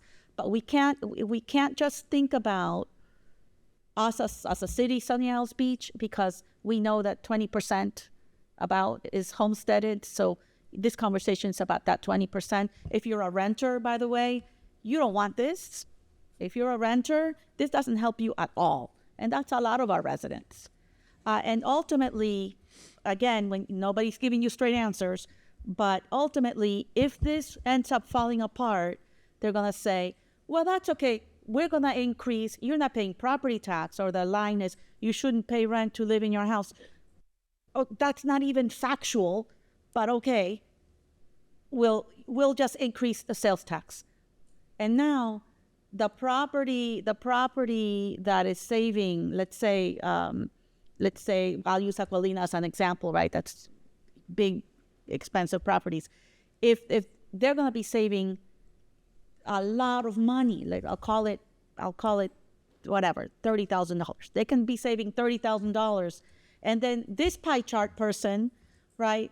They maybe are saving $400, but they're equally going to be charged sales tax when they go to the supermarket and buy their groceries. So the $400 savings are going to get eaten up at the grocery, but not necessarily the $30,000 savings. So it's a tax shift potentially if we end up having that sales tax conversation, because we carved too much, and now the state can't fund itself, or the county can't fund itself.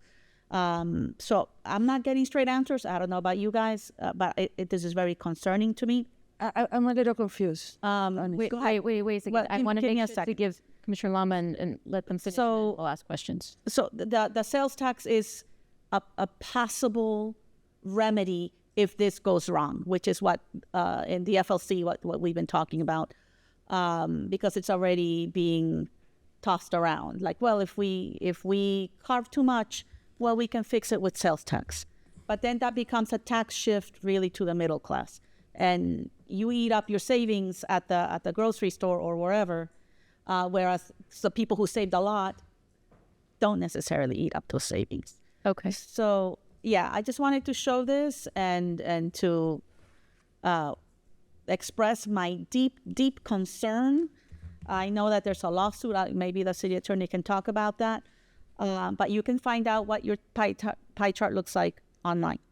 I think that's 60. Wait a second. Commissioner Lama, did you want to add anything to your item, or Yes. do you want to take questions? Okay, go ahead. So And I just want to, 1 second, I just want to make sure that the city attorney has advised me that we have to be very careful as to how we present this, so that we're not trying to sway anyone.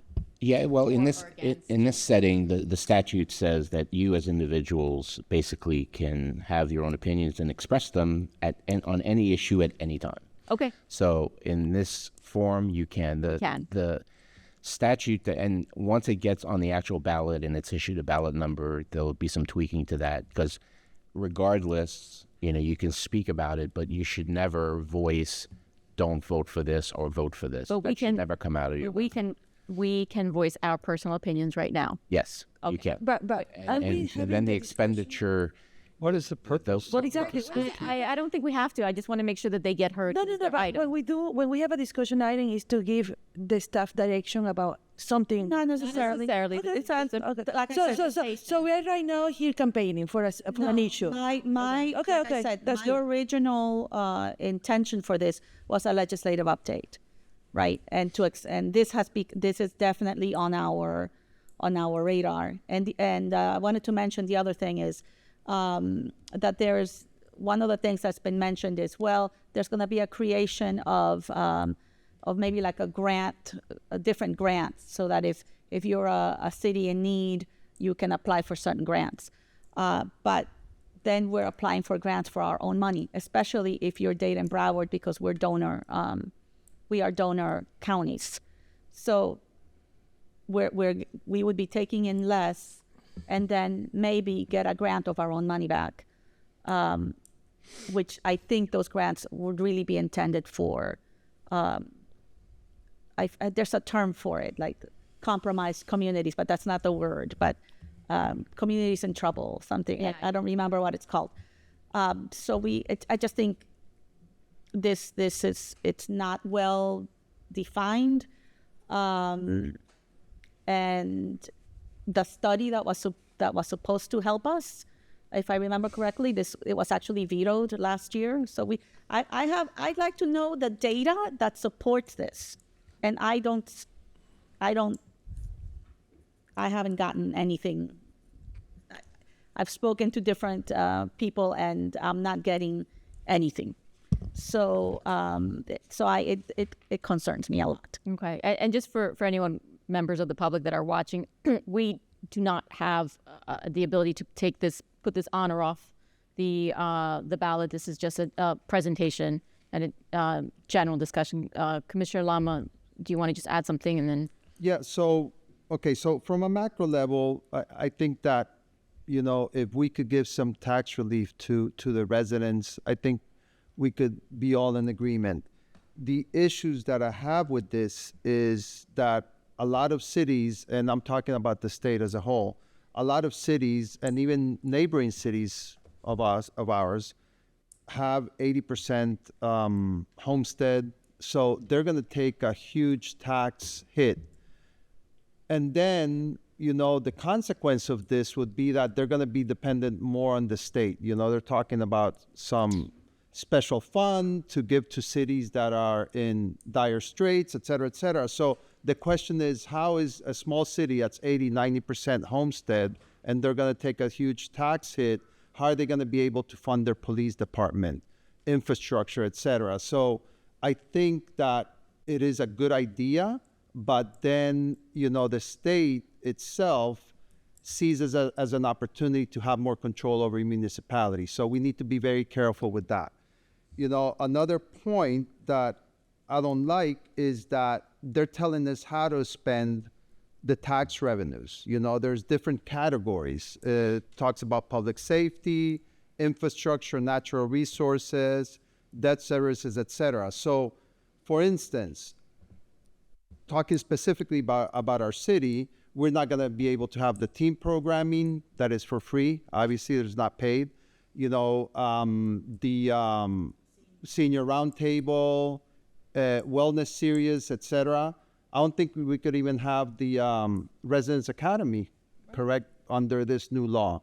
So it is concerning that the state is imposing and telling us basically what to do. I understand that there's some, programs that, other cities perhaps have, misspent their funds, et cetera, but we need to be very careful about the unintended consequences of this. And we need to make the public aware that, there's certain programs that if this passes on November, it's going to go on the ballot in November. People are going to be voting for this. If it passes, that, this and that could happen.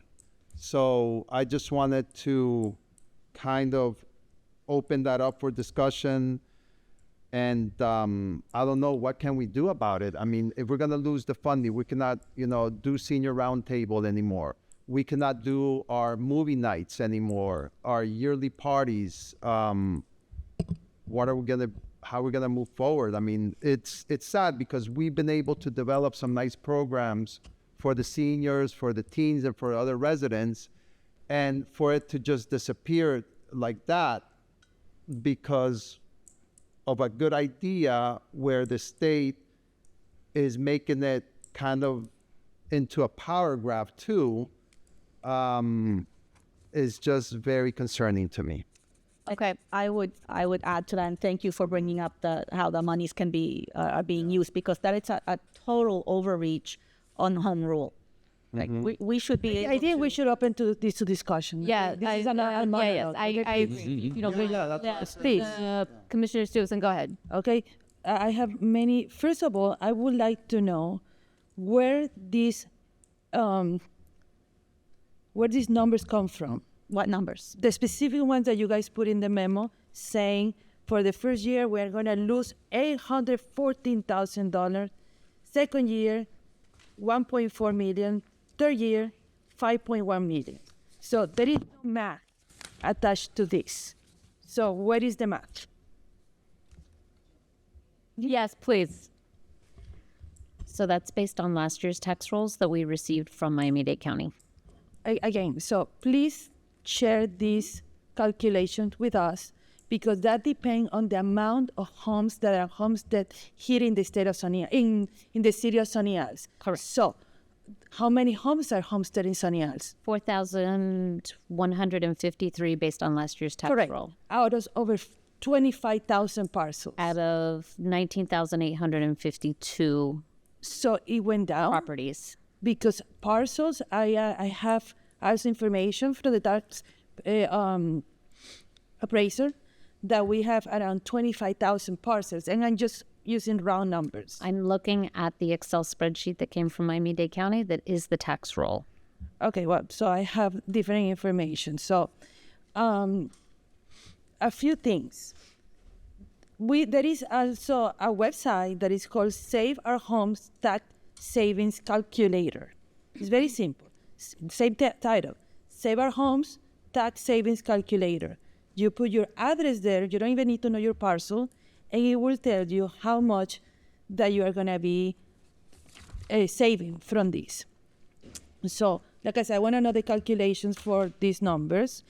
And I saw the two pieces of legislation. This is totally a Tallahassee conversation.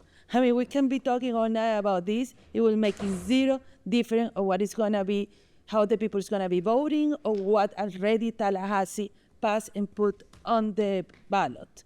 So there is nowhere said in those two bills, there are two, because they're companion bills, nowhere it says that they're going to be approving our budget. So when we are here saying that the teen programs is going to be eliminated, or senior citizens academy, or residents academy, or seniors, whatever, this is fear-mongering because we No, don't it's know. not. Yes, Excuse me. Hold I on. haven't finished, please. So Well, I again, need to correct you. because they cannot approve our budget. They are not approving. They are saying that we have to continue using the money for what you said, safety purposes, for the police, for fire department, etc. They're saying that we have to use our money for that. They are not saying that we cannot continue using the money for certain other things. So that's not what the legislation said. That is us when we are going to be passing a budget. So we are still going to pass, unless the legislation now is saying that they are going to be the ones approving our budget, which is completely different. And then exactly what you're saying, then team programs and all of that can be eliminated, you know? But right now, it doesn't say anywhere that they're gonna be the ones that are gonna be dictating how we use every of our budget. They say what we have to be funding. It doesn't say we are not gonna continue funding the other programs. So like I said, this is completely a Tallahassee conversation, and I would like to ask one very, very simple question. Why are we having this discussion? I mean, what is it that we are what is the expectation of having all this presentation? I don't understand. If it's only to inform the people, well, you guys can open a podcast and do that, you know, or go outside and give flyers about it. So we are using our time here right now just to do that, to inform the people 1 hour about it. I don't get it. Well, may I? Yes. Yeah. Go ahead and then Okay, so going back to your point, so there are 7 permitted spending categories. There are spending categories permitted by this new legislation, okay? Now, this tells you specifically how we are allowed to spend the tax revenue, property tax revenue. I don't understand your point. I mean, it's very clear, night and day. So if we want to continue with the senior roundtable or team programming, where's the funding going to come from if we cannot spend the tax dollars from that, our property tax dollars? May you answer that question, please, to me?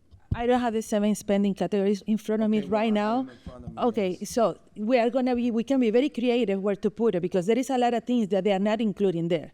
My point is, are you happy with the state telling us how to spend the tax? It's not about my happiness in here. No, but that is, we have specific programs that we have developing. And we have to continue. And you were a champion for the teens. Yes, we want to continue. And now we want to continue those. The big question is, how are we going to continue those? And that's why I put this on the discussion agenda. So what is I'm not here trying to gain points or, get stars or rewards or kudos, whatever. I'm here because I am very concerned.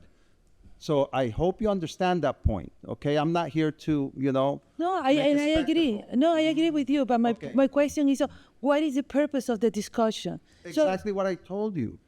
I want to understand how we're going to be able to continue these programs. If the state is imposing on us, how we're going to be able to, what we can spend the tax revenue on. Can you just, 1 second, please? I just want to give Commissioner Joseph a chance because he hasn't had an opportunity. Okay. So for me, I'm not that concerned because the 60% threshold is a very high threshold to have that many votes that would have this law pass. We have police departments. We have police departments. We have fire departments, personnel and their families that would be coming out to vote against this. So we have a lot of opposition, even though it seems like a good idea to the normal homesteaded resident. I believe we have, I'm not concerned that this will pass. And if it did pass, I would be prepared to still continue in one way or another our city services. We happen to be... We need to think about, we need to start preparing if it passes. Let Commissioner Joseph finish. Yeah. So there is a way. I mean, we happen to be a well-off city. We have our own means. There are some cities that are living on the edge currently. I read an article that some cities, actually, if this passed, might have to consolidate with other cities in order to survive. Yeah. And the state apparently doesn't see anything wrong with that. But we're not one of those.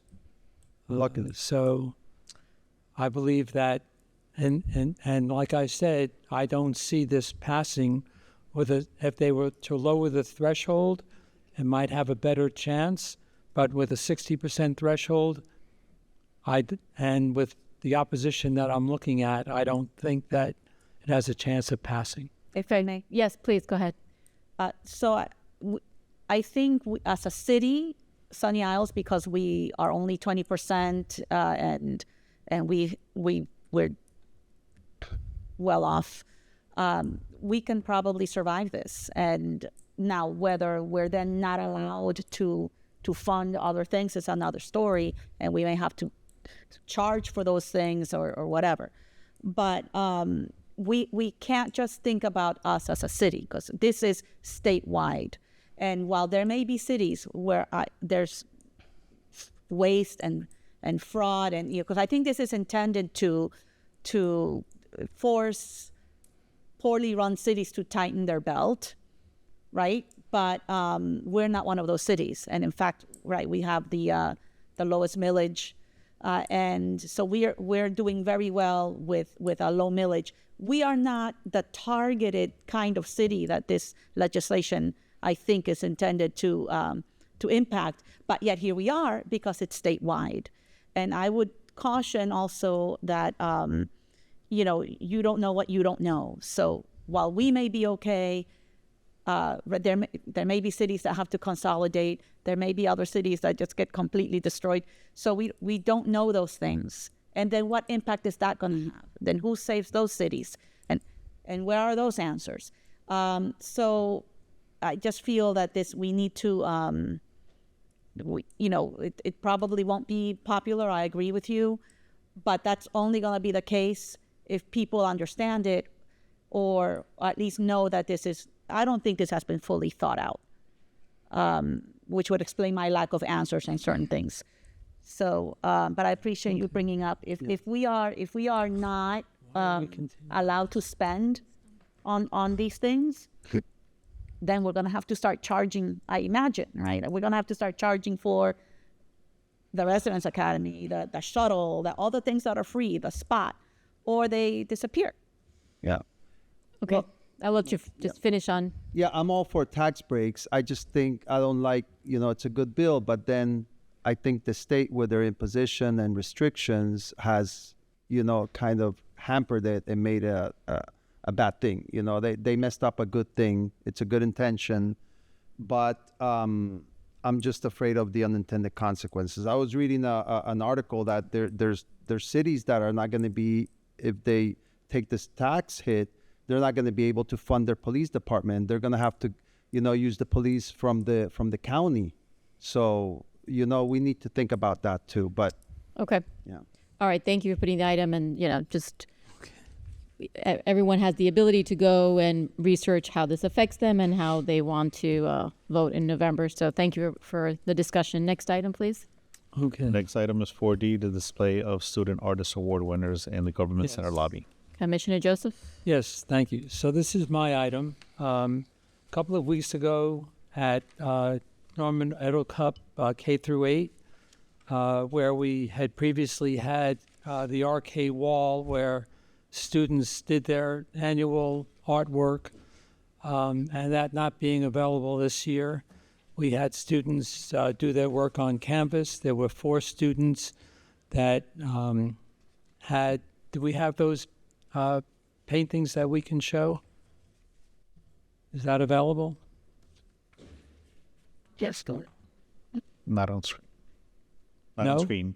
Not on Excuse the me? screen, but it is available in the agenda packets, and it's available online as well. Okay, but not for Not on the screen. people at home to see? Yes, they can see it if they go onto the agenda, and it's shown Okay. there. So in any event, we had 4 students from our K through 8 that did excellent portrayals of the east side of Collins, and I'm asking for them to be rewarded by having them displayed in the lobby of City Hall for a 1-month period with their names, and also if they could come before the commission to also be awarded for their excellent work.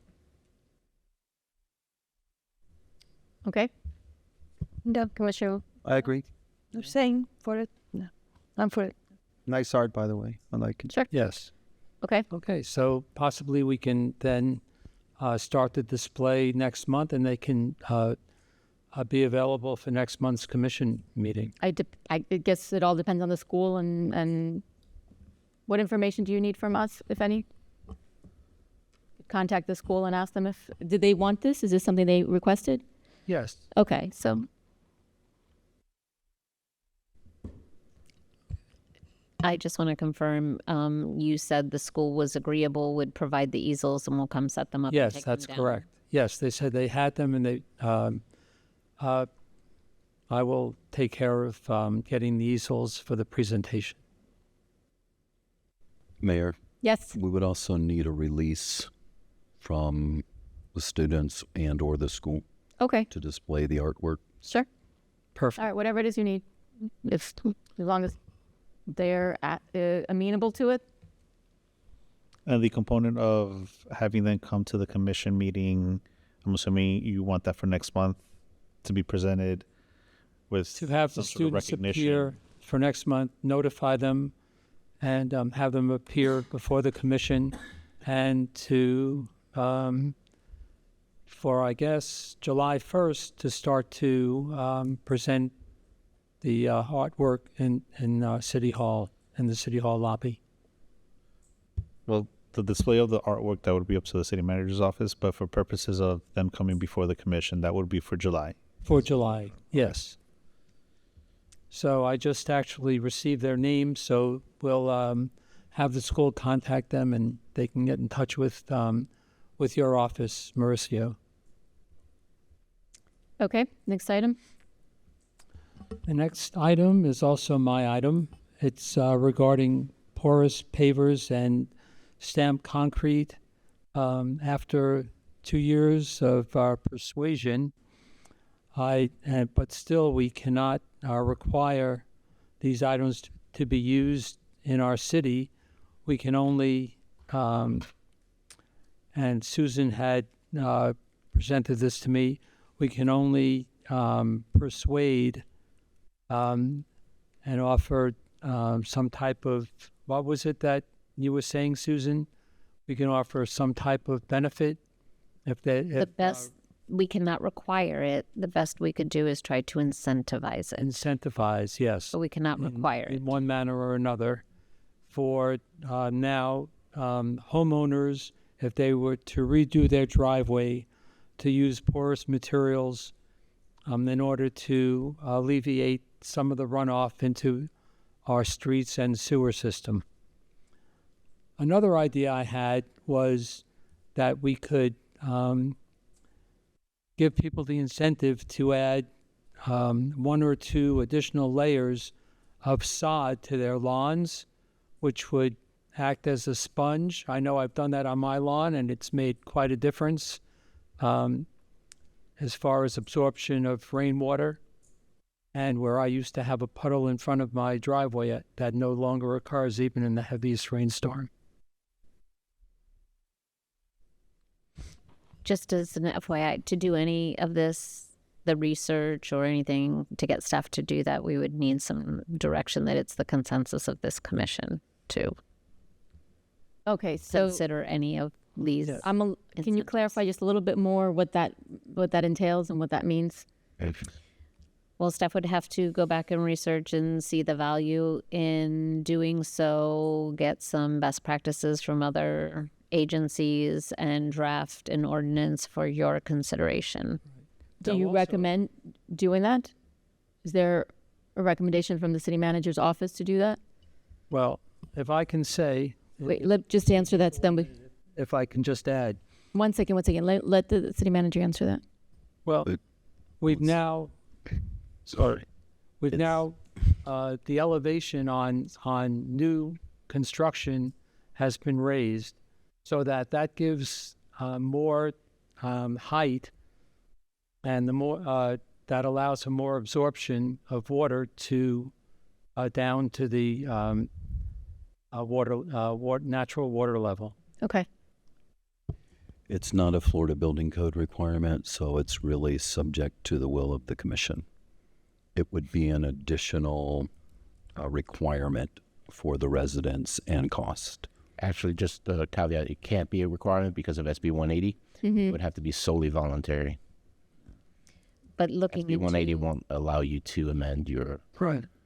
That's where the incentives come in. Right. right, but so with this item in particular, there would be, what we'd have to look at is you incentivize them, but then if they don't keep it up, the benefit of having it is lost. So how would It's staff lost to a ensure degree. that? It's not fully lost. So it's still better than having solid concrete and full runoff. But what sort of incentives are we even able to give someone for something like that? So if your idea is someone, ideally, you're thinking that they would change out their driveway, right? That's your... Well, if they're about to change out the Whatever, right. And so what... additional alternative. Right. And so what kind of incentives can we even... I'm asking the managers just so that I understand what this discussion is about. If it's your will, potentially a discounted permit fee. A discounted permit fee. Okay. And how much is our permit right now, if you know, for a driveway? We're going through a study right now. Okay. But no, off the top of my head, I don't know what that permit fee is. All right. I'd like to hear from the commission if you have any feelings for or against, Commissioner Lama.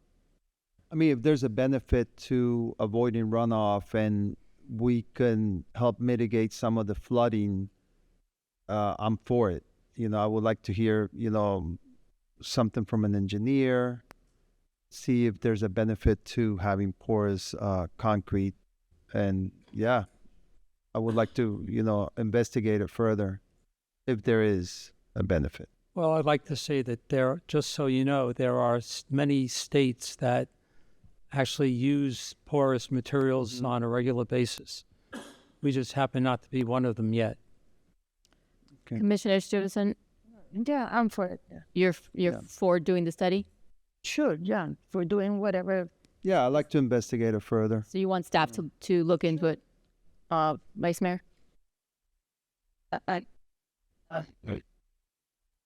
That's okay. All right. So Well, next I'm item. glad after 2 years, it finally, the concept has more acceptance. Thank you. All right. Next item, Commissioner Lama. 4F Yeah. is the sargasm cleanup. I'm sorry. Yeah, so I think that we were all witness to the levels of, the piles of sargassum that were, present at our beaches for a long period of time.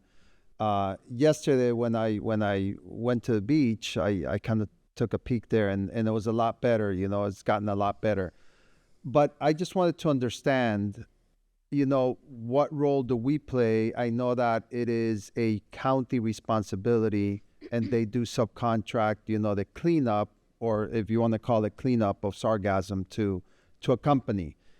But I wanted to see if we could be more proactive as a city, or if we could work with the county or the state when we have levels of sargassum that just don't go away and they keep piling up, and it makes it extremely impossible to go to the beach, and it starts stinking up and all of that. So I just wanted to see what options we have. Obviously, we could talk to the county, our county commissioner, and see who we could talk to at the state level. I know that Miami Beach passed a resolution which kind of talks about that, how to better work with the county and the state, et cetera, et cetera.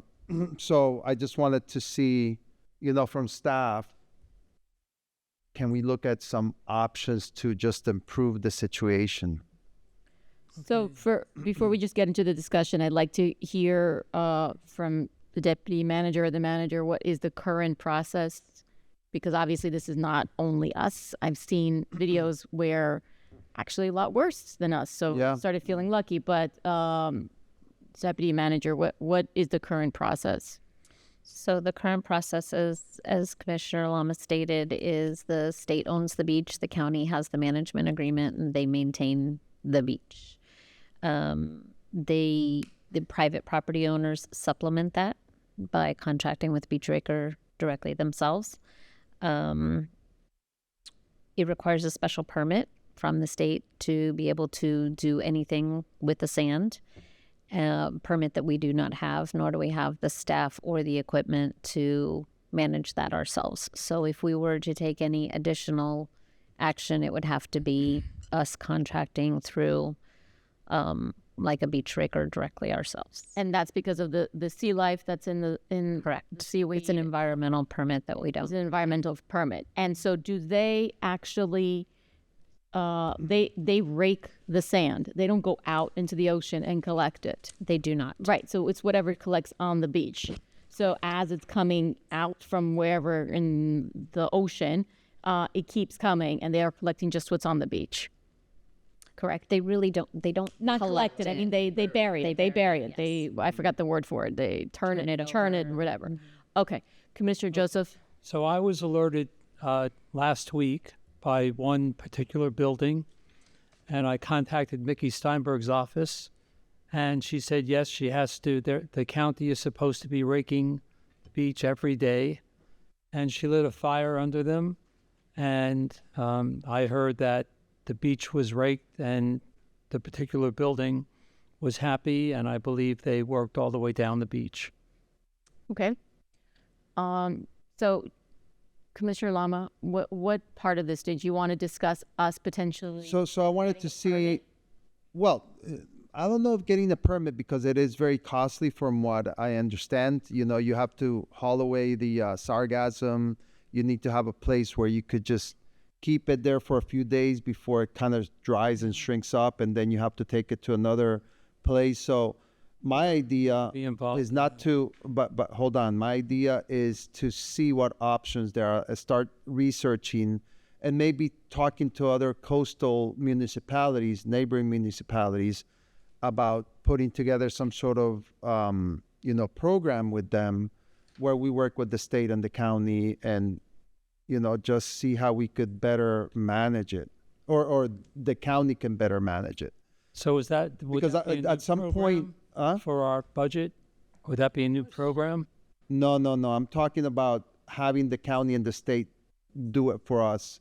But they Without are, a the county cost. is doing Wait, it. let's just let one at a time. Well, Jerry, I'm putting this as a discussion item. First, we need to investigate what's out there, do our research, understand the issue, okay? See what options are there, because I'm learning myself. So I'm going to talk to Mickey Steinberg, okay, see what options we have. And then I think we should also talk to other coastal municipalities, see what they're doing, okay? Miami Beach just passed a resolution similarly to what I'm saying, and perhaps I'll bring it forward next month so we could adopt it with some minor changes perhaps. But yeah, I think, I would like to direct staff to see what can be done. If there's a budget for it, fine, but my idea is to not spend any money and work with the existing entities that are, responsible for cleaning up the sargassum. So I've already had conversations with the neighboring mayors about this because obviously it affects everybody. And, generally the consensus is that we shouldn't be spending our money to do this because the county, as per, the presentation, gets a large chunk of our tax dollars. And so they should definitely be the ones that are taking care of it. Now, on the flip side is it's not like it goes away. Every year it comes, and it's not something that can just be rid of. It's about how quickly can we get it off the beach, rather than, I don't want to set the expectation that we're going to be able to clean it up even if we had all the money in the world, because it's coming from the ocean. No, I understand, but it comes to a point where you just have like mountains Yeah, of it's it. disgusting, And yeah. I think at one point we have to say, okay, we've reached the level, maybe have a threshold where we say, okay, you know what, this needs to be hauled away. Yeah, and it needs to be at the county, absolutely. Yeah. Okay. If I could say. Wait, I just want to give everyone else I want to give a chance to someone else. Because when I called, Thank you. it got raped. Yes, thank you. Commissioner Susan? If we offer to do it, then we're going to have to pay for it. You know? I'm not asking. No, for but that, I know, I understand. I know that's not what you say, but my point is that if we open that conversation, they say, yeah, by all means, you do it, you pay for it. I can tell you personally, I lived for 3 years in La Perla, and we knew this was coming. They will let us know. It starts smelling after a few days, etc. So it is not that if it's coming or not, we know it's coming every single year. So we need to be ready. Another component is that there are certain birds that they feed out of it. So there's some shorebirds or something that they eat from that little shrimps and etc. So it's nature. We get it. It might get annoying. I remember it gets smelly, but guess what? After a couple of days, gone. So this is one battle that I think we should not be fighting. If we want to get more information, by all means. But again, if we open this conversation with the county and we offer the minimum, or with the state, they're gonna say yes, do it, but pay for it. Mm-hmm. So I lived there for 3 years, So I remember every season what was happening, and I remember the kids. My daughter even make a funny name for it. She used to call it lechuga de mar. It's like sea lettuce because it looks like lettuce at the very beginning. So again, it is coming, so we need to be prepared. We need to be ready. The people that live on the beach, they know it. Maybe the people that is coming from other areas, the tourists, they might not know. But, well, they have to do their research. So, yeah, we can research all that, but I don't see what is it that much that we can do, actually. Right, and I think it's really up to each building as well, especially the hotels, to invest the money that the tourists are paying them to clean, and I think they do. But I agree that it's about knowing that it's coming, not if it's coming. But the question remains, okay, should we investigate to see if it gets, out of hand? Should we be able to haul it away? Should the county help us? I the mean, county should we be doing we should at least It's on try. the county. It's But the then county. Be more Yeah, but proactive. so I think we Make should sure we they should do what they're pursue that supposed to do. and have some sort of working structure with them, because I think that they just bury it, and when it gets to an inordinate level, I think we should tell them, listen, you need to come and pick it up, or the state needs to work with you. But obviously, I don't want us to fund it because it is very expensive, What for was them, I told, understand. They're supposed to be raking every day. During the But raking means burying. But Right.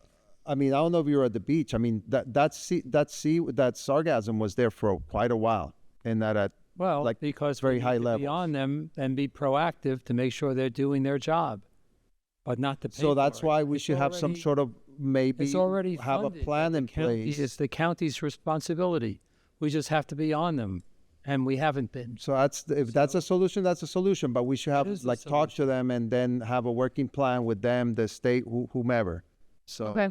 it is a problem Let's, that we've been talking about it for years. So I just want It's not going to go away. One call and it got done. that's for one building. I'm talking No, about that's the entire down the beach. Yeah. All right. Could we just let the deputy manager chime in, and then I think we No, I just wanted to, it is the county's responsibility, and we reached out to the county, and they have been trying to get larger equipment to use on the beach, and they finally got state approval to do that. They were not allowed to use that equipment during turtle season, which is typical. But when it got to a certain level, as you said, have a plan when they don't haul it away. But with the heavier equipment, they were able to bury it deeper, churn it under, and that's why it looks better. The weather also helped because the winds changed. So the combination of them using the dozer, the bigger equipment, and the weather has helped it tremendously. He sent me a video the next day that showed how much better it is. Okay. Yeah, I just want to make sure that they know exactly that they need to come out and not let it sit there and get worse. And maybe it's a matter of, as I said, they weren't allowed to use that other equipment until it got to a certain level. Maybe that level needs to be reduced so they can use it sooner. With them on that, yeah. Yes. Okay. All right. I think that's it, right? The other items got deferred? Yes. All right. So meeting adjourned. We will see you all at 6 o'clock. Thank you.